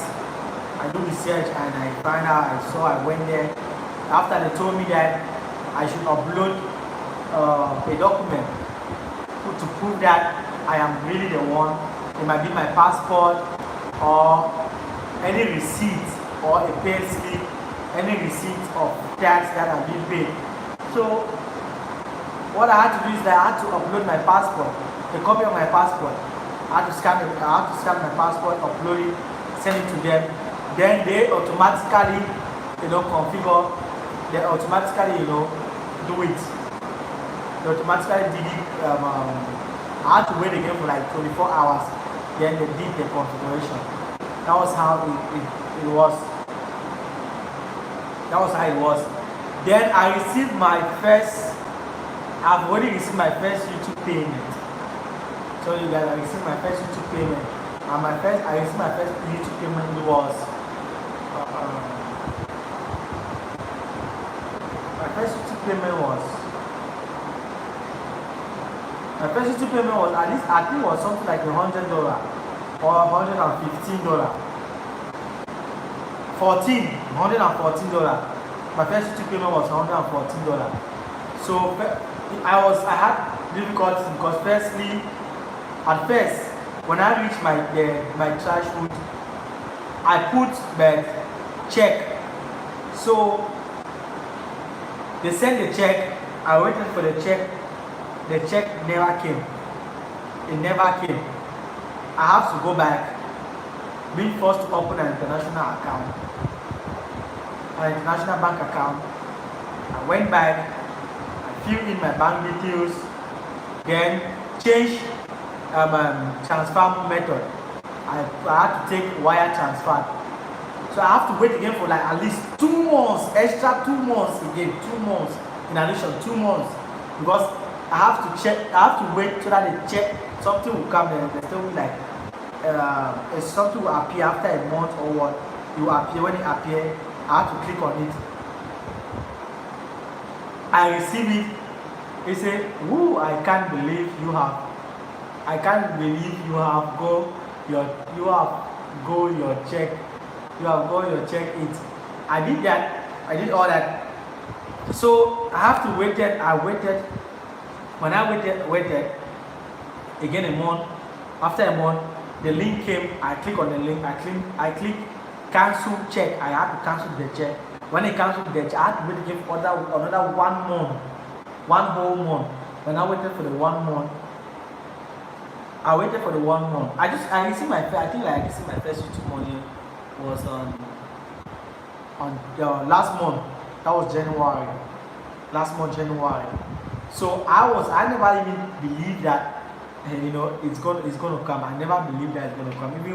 Even the day that YouTube AdSense send me the message like blah blah blah blah, we wired the transfer to your account, to this account, or I'm on your account from this check. They tell me like if I haven't seen my money, if I haven't received my money within 3 working days, I should contact my bank, blah blah blah blah blah. I waited for a week. I never even waited for that 3 days because I knew that when I say 3 days, you have to give some extra days. I had to wait. I waited for a week, whole 1 week. Then now the next week, following week now, I have to go now to my bank and verify that this I have a payment. If there is any payment, there was a payment being made in my account. They asked me like where. I told them that it was from Gabon, Ireland, because my payment is coming from Gabon, Ireland, not from the US. Even though my location shows that I'm from the US, but I was surprised that my payment is coming from Gabon, Ireland. I'm very, very surprised my payment is coming from Gabon, Ireland. I thought my payment will be coming from the United States, because since my I put my location, that United States. I thought it was that, but I was surprised to see like my payments coming from Google Ireland. So I told them that if it was from Google Ireland, I had to give them, show them there was something. I don't call it, that's a transaction number. There was a number there. What there was a number on it. I showed them before what they did, what they told me, like yes, that the money has, the money has entered my account. I was just like, it was just like I was dreaming. Even though it wasn't that much, I think there was like 48,000 in CFA France, in Central African CFA France, 48,000, because the bank has to, know their own exchange. I don't know what they did, because I know they cheat there. They are cheating me. They cheated me, but I have no choice. I have no choice, because when they transfer the money, the bank has to do their own exchange rate, because they are transferring the money in euro, because mine is euro. They transfer the money in euro. They have to do the exchange rate themselves, and they have the charges that they go to cut themselves. Then they give you whatsoever they want to give. I don't. They give you whatsoever they want to give. They just tell you like, yes, you have so and so amount. But mine was 48,000. It was 48,000 in France, in CFA France, Central African CFA France. It was 48,000. That's how I received my first pay money on YT. I never made a video on it because firstly during that time I never had any time, because we were together, that was just during the time that Kitoko they just came, so we were busy, really busy. I haven't made any video on that, but even though it's too small, but I'm still like, thank God, keep going, and those checks will get bigger. I just hope so, because sometimes YT makes you feel discouraged. It gets you on your nerves sometimes. Because I can't remember, like, there are so many videos that when I'm doing a video, they will tell me one thing or the other. The video cannot be monetized, all the stuff. I have a lot of them, couple of them. There are some videos that you guys are watching, but that video is not giving anything, it's not contributing anything. But I just decided to leave the video so that you guys are going to be entertained, just for you guys. Because I can't take it down again. Once I've already put it, I can't take it down. I just allow it there. I remember like one of the videos that I did when I took some kids to KFC, to spend some time for Christmas. I spent a lot of money. I spent money that day. I spent money, like it has really been a very, very long, it has been a while I haven't spent such an amount, apart from during the time that I was going to club, that we usually used to go to club and spend like 100,000 or more than. That day I went to the KFC, I spent more than 80,000. You know what that means? 80,000 France CFA. More than 80,000 France CFA. That's roughly about $100 and something I spent. I just spent just for the Christmas sake. And I did a little video. I put the video. When I uploaded that video, YouTube tell me that the video, sorry, I got some content that some people are claiming or whatsoever, that is copyright or whatsoever. YouTube denied to monetize that video. I was so mad that day. That was I almost like just said to myself, like, I'm done with this, with Whitey. That day I just like said, like, I'm done with Whitey. I'm done with Whitey. So I wanted to take the video down. I said, no, why should I take it down? The video is still there. You saw the video, I wrote it there, the video is there. I said I took some children on KFC, all those stuff, because you had children in the video. Oh really? YT refused to monetize the video, so the video is just there, and it's not making any contribution. I also have a couple of videos also there that there is nothing. I'm not getting anything from it, but I just just keep it there, just let it there, just let it be there. So you guys should know that it's not every video that you see that we always put we getting anything from it. Nothing. We're not getting anything. And now I even wonder whether YouTube has they have reduced the CPM or whatsoever. I don't understand because I'm not really understanding. Making videos you don't even see instead of something to be going up, but instead I always see my money decreasing, my ending are instead decreasing. Instead of my ending to be like I'll see views, but my ending are decreasing. I don't know what's the problem.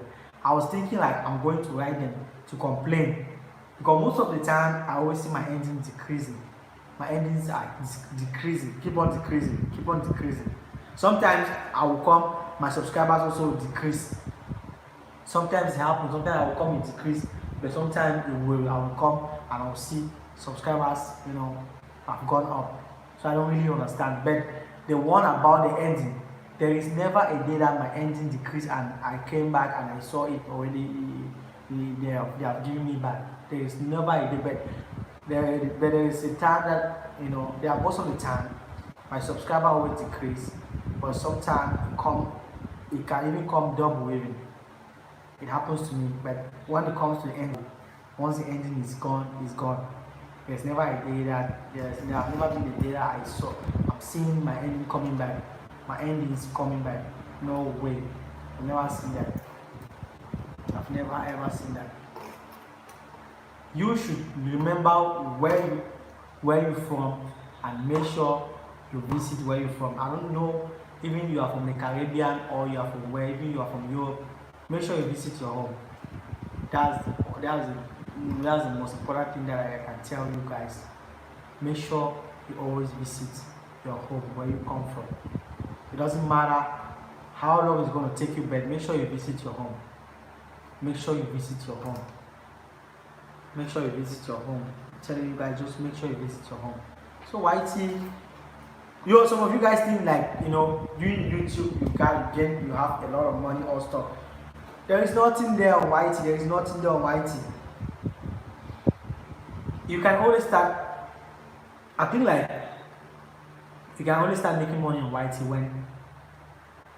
when you have like maybe from 50,000 subscribers to 100,000 subscribers. When you reach 50,000, 100,000 subscribers, that's when you can start making some money because companies start coming in for advertisement, all the stuff. But for now, there is nothing. YouTube is not easy, but if it's your passion, you will stay motivated to continue. YouTube is not really easy. Never easy. Some people think like, people that doing YouTube, they have money. I'm not refusing the fact they are big fish, big YouTubers. Anybody you see on YouTube already is already on 100,000 subscribers. The person is making money. Those are the people that are making money.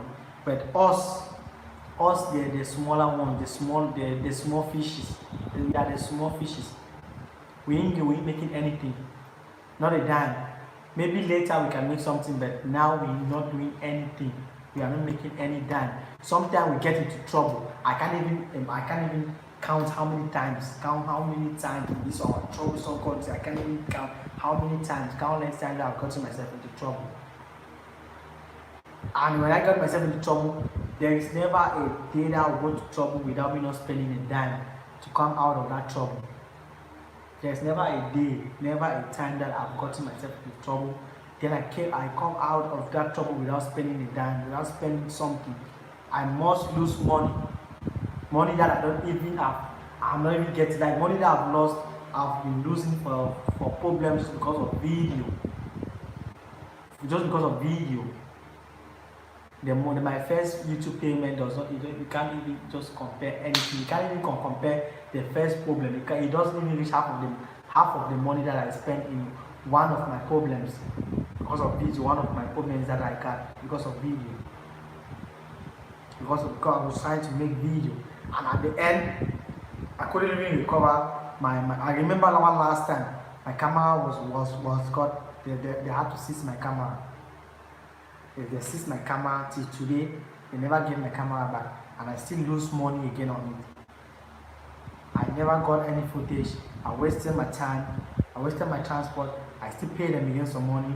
My camera never come back. And the camera cost me a lot of money. No, I bought the camera with money. I lost the camera, the money with the camera. I lost again cash from them, like just to free myself, and never see any camera. Nothing. That's why sometimes when you want to make a video, you start having all those thoughts, all those things like past thoughts. You just feel like, oh, why am I doing that? Oh, why should I be doing this? But no matter what, we'll always keep on continuing. We'll be doing it. We'll be doing it. What I notice, we'll be right here. You see here on YouTube, there's never a day that I will go on leave. See here, always here on YouTube. I've already made more than a year on YouTube. I've made more than a year on YouTube. I know, like, I've been more than a year. I'm going very soon. I'll be making 2 years on YT. I know some people will say that you're making 2 years on YT and you're still on 100,000. Yeah, I'm still on 100,000 because I am making 2 years on YouTube, but it's not 2 years consistent. Lola is not 2 years consistent because before I will be on YouTube for like 2 months. After 2 months, I will go and make like three months, and I have 2 months again, 2 months and a half, 3 months before I'll come back. I'll come back again. I'll stay for like 3 weeks. Then I'll go for like 2 months. I'll come back. So I've not been consistent, except during the time that I wanted to be monetized. Only simplistic motivation. She knows what we went through just to get monetized. She really knows what we went through just to get monetized. She knows we were in the same group, we have to create something, we have to create a union, one union. We have to create a group, just to support one another. Most especially me, because I started YT when I was just trying to give it a try. That's how I just started YT. I was just trying to give it a try because I started YT when, first of all, I started YT during that time I was working, and it was so hard, to combine work and YT at the same time. Hard work and dedication. We tried everything. I started YT when I was working, to combine work and YT was not that easy for me. It was so hard. When I come back from work, I couldn't even go anywhere. I couldn't visit friends. I was only thinking about going live. Sometimes you sit on live for like 5 hours, 6 hours, 7 hours, just sitting your eyes down, talking. You know what it means by talking for 5 hours. You understand that it's not easy. For 5 hours, consistently talking, 5 hours sitting at the same spot, one spot, 5 hours, 6 hours, just because you want to meet up with the watch time. Just because you want to meet up with the watch time. It wasn't easy at all. Without the help of them, without the help of simplistic motivation, Maurice Jackie official, that's my mom. And what we got again, we got sister Mata, something like Mata. We got Team Joe. Is it Team Joe Bill or Joe Team Bill, something like that? There are so many people, and most of the people that helps me, they were all women. I just say that God, thank you. They were just like God sent to me. They assisted me, even though when I was not there. They make sure they always run all my life stream, all my LS that I've done, my past LS.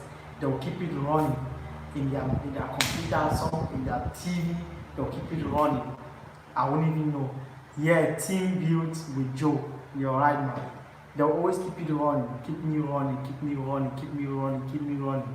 Until one time, I was already not even into it again. One time, I just came. I heard my mom, Jackie was telling me like, "Boy, do you know that you're monetized?" I said, "What did you say?" He said, "Do you know that you're monetized?" I wasn't even aware. I said, "Let me check." When I went down to my, my Gmail, I saw the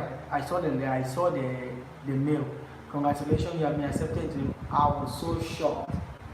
Because when I left it, my watch time was at like 3,000. I was 3,800 and something. I gave up. I said no. There is no way I'm going to hit that 4,000 watch hours. Yeah, I just gave up. But I never knew that while I was giving up, those my mothers there, they never gave up on me. They were like, they were still running me. I was surprised. I was so shocked.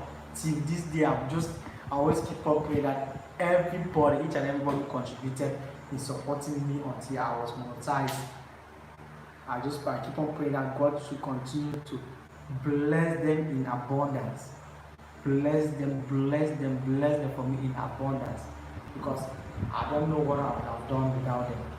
Even though I don't have that much subscribers, at least I am monetized. At least now if I'm doing YouTube, I know like if I put in a video, it doesn't matter, even if it's just a few cents or even just like 5 cents coming into that video, at least it's something.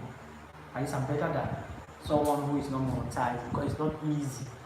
It is not easy. YT, when you start in YT, if you don't have the mind, I'm telling you, you're gonna give up.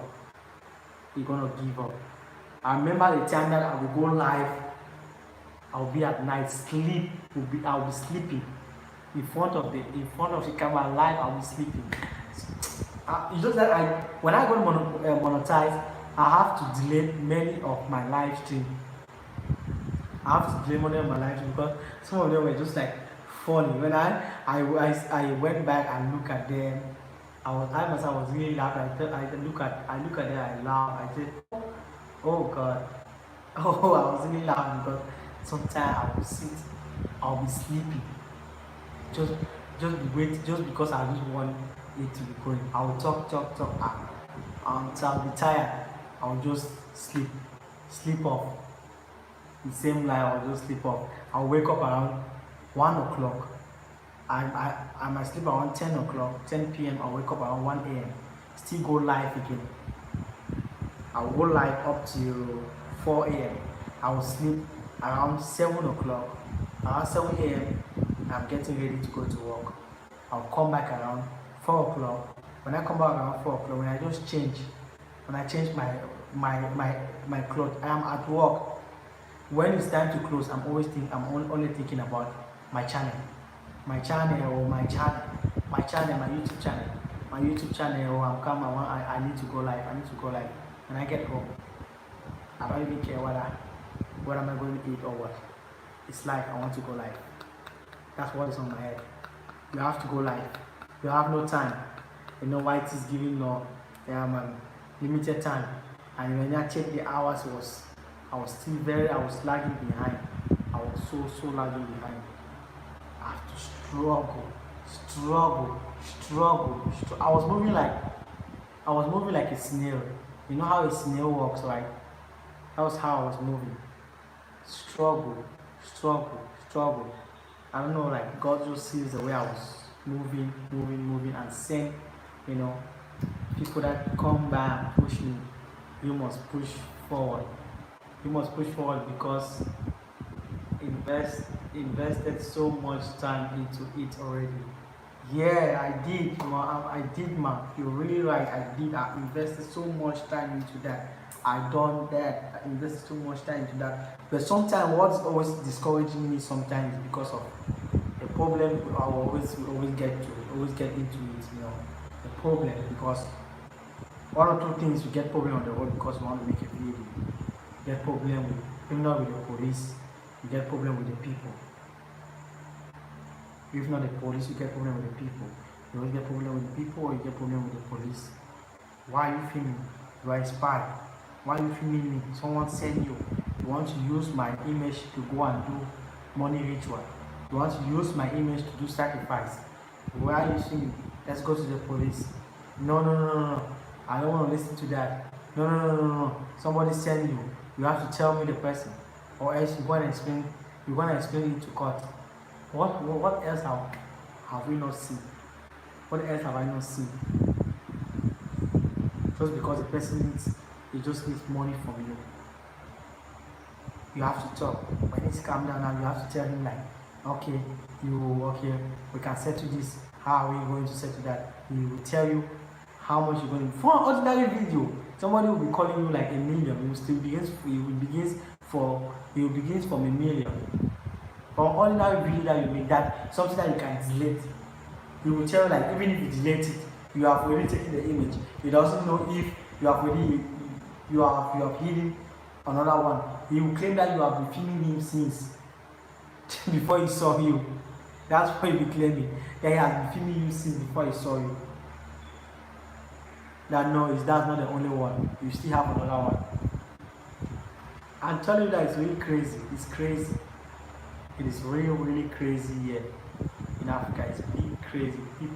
There are so many people that love problems. They are just problem. I keep calling people that they are just problem people. They are looking for trouble. Trouble. You have to. When I tell you, you guys have to start bargaining. People have to come also. If people don't come to your rescue, you might end up in a police station. People will come, and because of the noise, because it's making people come, they'll start asking like, what's going on? What's the problem? This person is filming me. He's a spy. He's a witch. They want to go and use it for witchcraft. This, that, this. Now they start arguing. Argument will come there. After you will have, okay, how much you have, so that you can give him, so that everything will die out. That's how it is. Discuss. Before you know it, you guys might come down for like 200, 150. It depends. Some will go for 50, but it's rare for someone to go to 50. They want to come down to at least 120. I've given just because the video and you will pay the money at the end. You will still delete the video. You pay the money at the end again. You will still delete that video. Be careful out there in the streets. That's why I'm very, very be careful. If you watch video now, I'm very, very, very be careful. Let me tell you guys that when I'm filming the street, many people don't even know whether I'm filming or not. They don't know. I film the street. Now I had to, do some research on how to film the way that people don't really understand that you're filming. So I do most of my filming now. I film the video now. Nobody even know that I'm filming. Trust me, it's going to get better. I just hope so. Because now I'm developing new strategies on how to film on the street without people not knowing. That's how I'm doing. Because I'm filming right now. I can even film in front of a police. In front of a police, he or she would not even know that I'm filming. So I'm coming out. They say that when a bird learns to fly without perching, that is the same way the hunter also will learn to shoot without missing. Since they are taking me the other way, me also I'm trying to take them the other way. Players ask me, where is Gabon? Go to Google. Ask Google that question. Ask Google, where is Gabon? Google will tell you. Players asking, where is Gabon? Ask Google. Google will tell you where is Gabon. I'm so shocked, like so many people does not even know Gabon. That's a big slap on my face right now. I'm very, very, very, very, very so ashamed. How can you really asking me like, where is Gabon? No.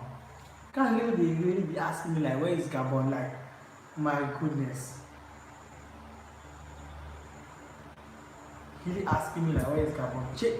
Ask Google, you will see that, on Google, because I really understand. So many people have been asking me that same question, especially when I started writing. People are asking me that question, like when I went to the Philippines, Filipinos, and live stream. When they see me, because sometimes some of the live stream I'll be the only black folks in there. When I go there, they will notice. All of them already notice. I become famous because I'm the only black. Like when I tell them I'm from Africa, what they know only about Africa, what the only place that they know in Africa, they know. One, they know only South Africa and Nigeria. They're asking me that I am in South Africa. When they ask me where am I from, I tell them I'm from Africa. They say, oh, South Africa, South Africa, South Africa. Then they are asking me about somebody of which they know that person is living in Senegal. They are asking me if I know the person.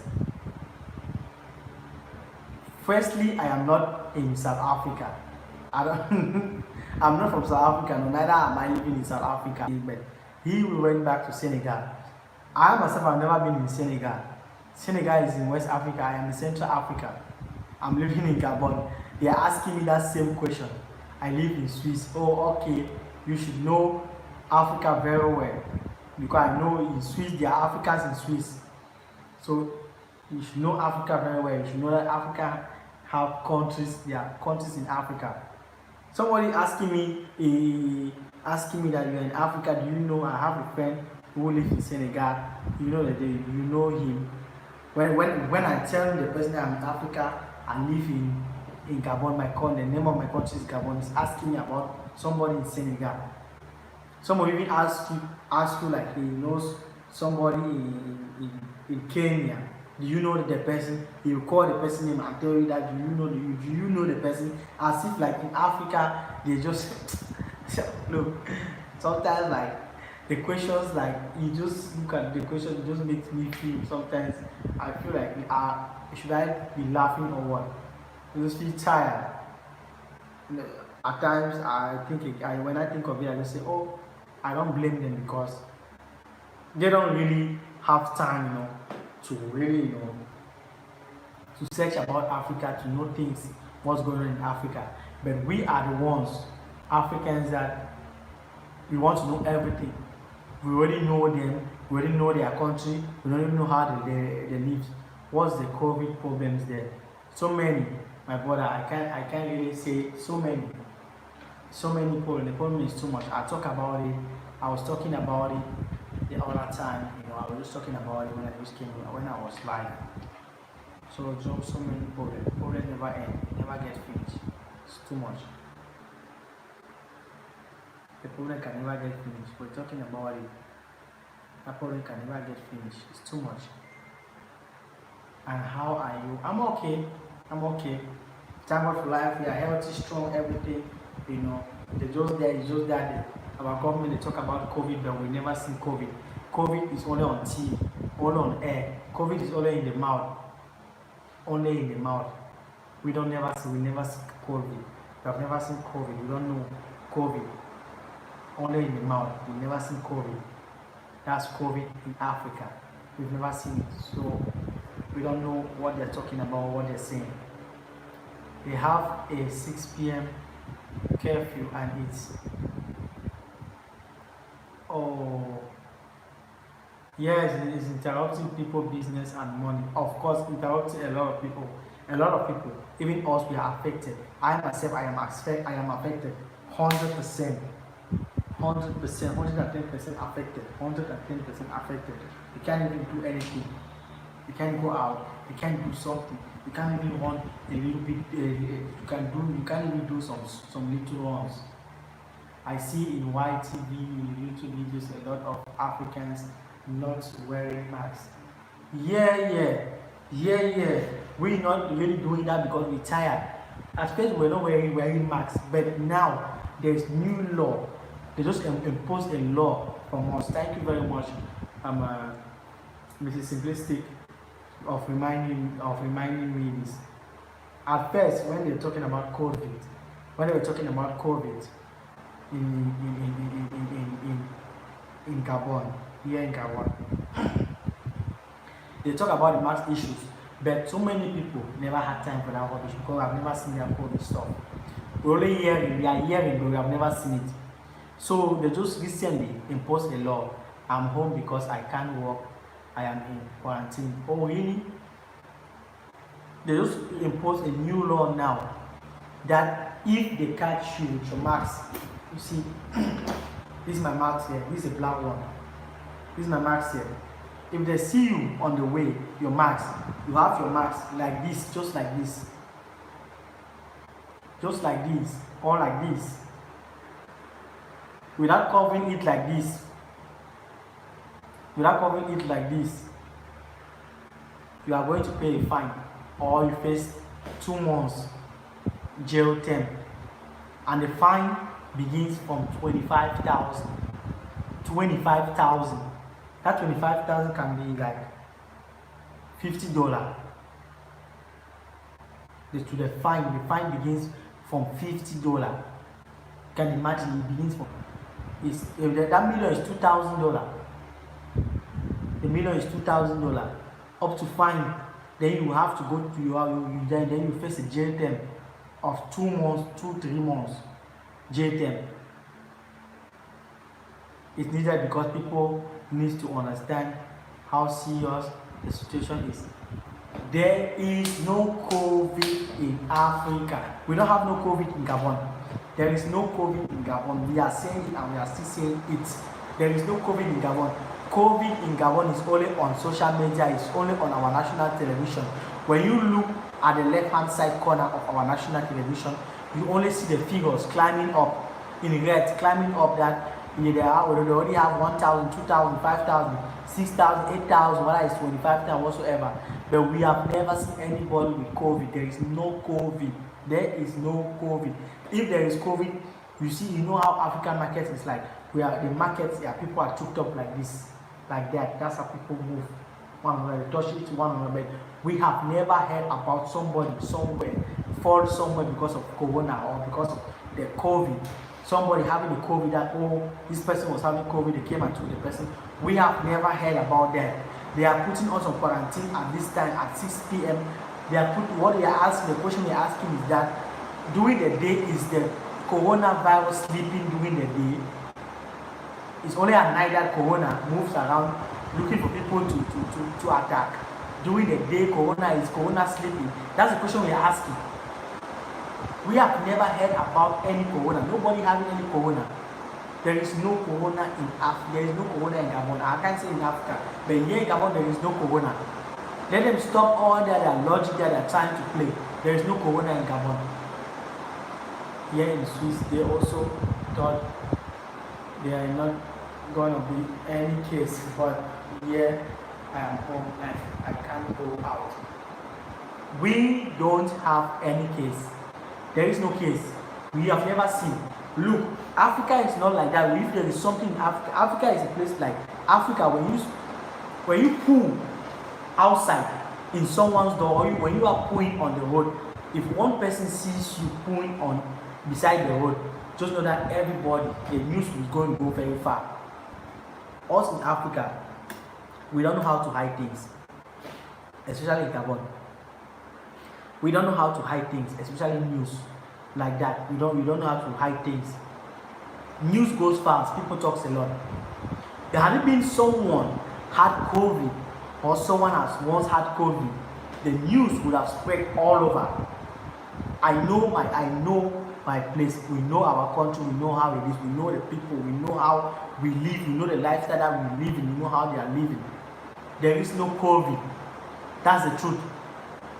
I believe you, but jail time is money is too much. Yeah,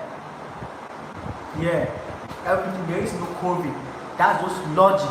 I don't know what they are looking for. I don't know what they are doing. Maybe they have a business of masks that they are doing. When they go, they import masks and come back, bring it here, impose it to people to put on the mask because they want their business to be moving. I think that's what they are trying to do, because I don't see what is there. They are making people to suffocate because of this rubbish. What about people that has how they call it, this illness? What about people that are asthmatic? Can an asthmatic patient put on this for like more than an hour? Is it not going to provoke it? This is not going to give this is not going to cause us more harm than good. They say when you breathe oxygen, when you take out, you take carbon dioxide. How can we, when you take out air, it remains here, it stays here, and that's the same air you're trying to breathe in? How do you expect to put on this the whole day? If you are someone that is going to work, you put this the whole day, breathing this for the whole day, how many hours? Until when you are back home, before you remove it, or before you can remove it. Tell me how you're going to be sick with all these things. Outside there are so many people without masks. You only see people inside wearing masks. It's cases everywhere in the US, and you still a fine or a jail for not wearing a mask. For a year, you are going to jail and you still pay the fine. I'm telling you, you can't even enter, you can't even get to the taxi without this. You can't get into a supermarket without this. You can't go to a boutique, a shop without this. This is more than an ID. It's now like an ID. If you don't have this, somebody who have an ID does not have it, and somebody who does not have an ID have this. They will take the person that doesn't have this mask, the one that does not have an ID but has this mask. They're going to leave him to stay. The doctor, nurses are service workers do it every day. I am not refusing. They do it every day, but ask yourself that for how long? The doctors can go on an operation room. How many hours the doctors make in an operation room? Can a doctor operate somebody? Can they operate somebody up to 5 hours? Continuously with the mask continuously there. They can be there continuously like this up to 5 hours. If an operation in the theater, if it is that really complicated, highest is 2 hours. That I know, 2 hours or 2 hours at the house and a half. But can you not imagine? Just imagine that you put on this in the morning. You are going to work in the morning at 7 a.m. in the morning. You put it like this. You spend the whole day and come back at home with it at 5 o'clock till 5 p.m. in the evening. How do you expect, like every day? How do you expect? How do you want to live? How do you want to live? Even when you are in your house, you want to go out to the store to get something to a nearby store. You have to put it. You have to just take a stroll. You have to put it on. Tell me how are you not going to see? Is it going to be fine? Are you going to be fine?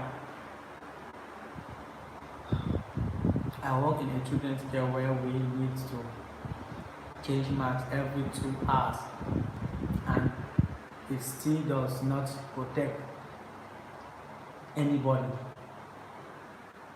10 to 14 hours a day. You see, 10 to 14 hours a day. On the 4 days I work, I have toy where it's the 12 hours I work, but I get a break from it when I go on lunch break. It's good that you guys, some of you guys there, when you work there, you got your lunch break. But let me tell you guys something that you guys don't know. Sometimes in us African work, there is nothing like lunch break. We don't have that. There's nothing like lunch break. You work until closing time, until when the work is over, until the time that they are closed, that they want to close. You work until when they want to close. That's when you stop. That is when you go. That's when you stop. There is nothing like lunch break or whatsoever. That's when you stop. You can't expect someone to put this the whole day, every day, from 7 a.m. till 5 p.m. every day. How do you expect that person to be like? When you put on this even, you don't even feel comfortable. You don't feel comfortable. You feel some little difficulties to breathe. You don't really feel comfortable. I myself, I don't really feel comfortable in this. When I'm in this, I don't feel comfortable at all. That's why I don't really, seriously, to tell you guys the truth, I don't really like to move again like before. I don't move again. I don't move about like before. Because of what? Because of this. Just because of this thing called max. Because the thing is it is really disturbing me. That's why I don't like to move again that way as before. I don't go around moving about again as before because of this. I don't get anything for me. They have said having them on that long breakout some people's skin, and it causes breathing problem for some people. Of course, when you're wailing this for a long time, you can't really breathe. I'm telling you. It's just imagine there are some people that they are having breathing issues, finding it difficult to breathe. It's even harder to breathe if you get infected with COVID. So it's better to be safe and I'm sorry. The issue is, where is the COVID? We ain't got no COVID, ma. We ain't got no COVID. I'm sorry for you. I'm telling you, we ain't got no COVID. That's the truth. We got no COVID in Gabon. In this country, we got no COVID. They are just playing politics. That's what we think. What they are doing is just politics. There is no COVID. There is no COVID. No COVID. We got no COVID. What they are doing is just politics. That's the truth. There is no COVID. We got no COVID. No COVID. There is no COVID. I was still saying it. We are still saying it again and again. There is no COVID because we have never ever had someone coming out to testify that he or she saw somebody that was having COVID and they took him or her to the hospital. We got no COVID. Let them stop all their rubbish. There is no COVID. I'm not saying that there is no COVID in Africa, but I know there is no COVID in Gabon. I have not seen that. I haven't seen that. There is no COVID in Gabon. There is no COVID in Gabon. Since they are there in that airport itself, we have never heard like, oh, this person has COVID. I've never ever heard about that. There is nothing like that. So you truly believe there is not one person with COVID in Gabon? I don't believe because I've never seen or heard. I have never seen or heard from someone. We are the guys in the street. We are the guys in the street. We are the ones who grew up in the street. Our ears, we got our ears on the ground. I got my ears on the ground. I have so many ears out there. I got my ears on the ground. I'm not somebody I can say I grow in the rich neighborhood. I grew up in the poverty neighborhood. I grew up in an average neighborhood, poverty neighborhood. I grew up in the street. I know a lot of people, and I have my ears on the ground. If there is something like that, I would have already known that that's something. But what we keep on hearing is when you go to the hospital, automatically they'll tell you that you have COVID. For example, when you have common cold, a little bit of common cold, you go to the hospital, they say they'll just conclude that you have COVID. They'll conclude that you have COVID. When you have anything that you just have a slight headache, you go to the hospital, they say it's COVID. The same thing is making now people that are a little bit sick. They are even afraid to go to the hospital because the next thing they will say it is COVID. People are scared. They will say that any little thing they will tell you that is COVID. But there is no COVID. That's the truth. We ain't got no COVID in Gabon. There is no COVID in Gabon. I am saying it. I'm still saying it again. We are repeating this thing. There is no COVID in Gabon. Let them stop all this quarantine stuff. Let them stop all the lockdown. Let them leave people to live their life as the way they were living their life before. We want to live our life the way we were living our life before, because before we know the Gabon that we know, especially Libreville, when it comes at 6 o'clock or 10 o'clock or 10 p.m., that is when it is already morning. With somebody, with some people, it's already morning. That's when life begins. That's where places start booming. That's when places start booming. Business are booming. Things are running. But because of this COVID, they are making people to go homeless. People are going hungry. Hunger. We are dying. Our people are dying. Our people are suffering. People are sleeping on the street now. Some people are beggars right now because of this rubbish that they are doing. For how long are we going to continue this? This is absolutely nonsense. There is no COVID. Let them stop all the things that they are doing. Let them stop all these things that they are doing. It seems that they find when they are happy, when they see people suffering, it makes them feel happy. It makes them feel good each time they see people suffering. It makes them feel good. Let them stop all this. I will come back again. Maybe tomorrow we'll go X will be together. I have to come right now because it's raining and I'm not sure you guys will hear me. Raining. The quarantine is making people who are already looking up very well. Very bad. Very bad. Everybody's complaining. What about all that grub in the street? What about all the commoner? What are we going to do? What are we going to eat? Let's leave it for that for today. Okay guys, I will see you guys again. Maybe tomorrow, me and Kitoko will be live tomorrow. We'll talk about this tomorrow, we'll be live tomorrow. You all should take care. We love you all. We will be live tomorrow. Again, maybe tomorrow or the after tomorrow. We need to go to bed because we really need to be late. Thank you guys so much for being part of the live stream. I really do appreciate. Much love. Extend my greetings from you and the family. Love you all. Hope you will stay safe. I don't know, you guys should stay safe because also there is no COVID. We are always safe. We ain't got no COVID. But the government said we have COVID. We'll take it as they're saying, but we ain't got no COVID. We're praying that they should listen to our cry and release us from this their bondage that they are trying to pull us into. They want us to, we are living there. This earth is already hell. They want us to live just like you are living from hell inside hell, like double hell. Let them release us from the hell that they are putting us right now and release our life back. That's all we want.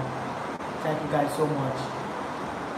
Record the rain sound without noise as a relaxation video. Oh really? People will be hearing it. Okay, I will do that. I will do that someday. When the rain will fall, I will do that someday. That's exactly what I will do. I will do that. Thank you for the idea. Thank you for the idea. Oh my God. I've never heard about this one. Oh my God. Oh Jesus. Okay.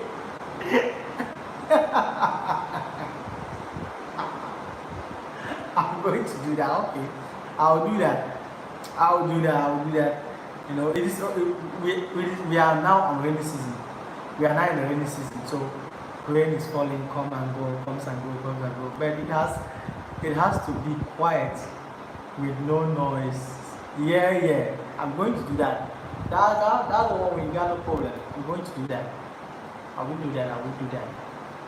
Definitely I will do that, man. Okay, good night. Guys, take care. Thank you so very much for coming. See you guys. Ciao. Shout out to you guys. Bye.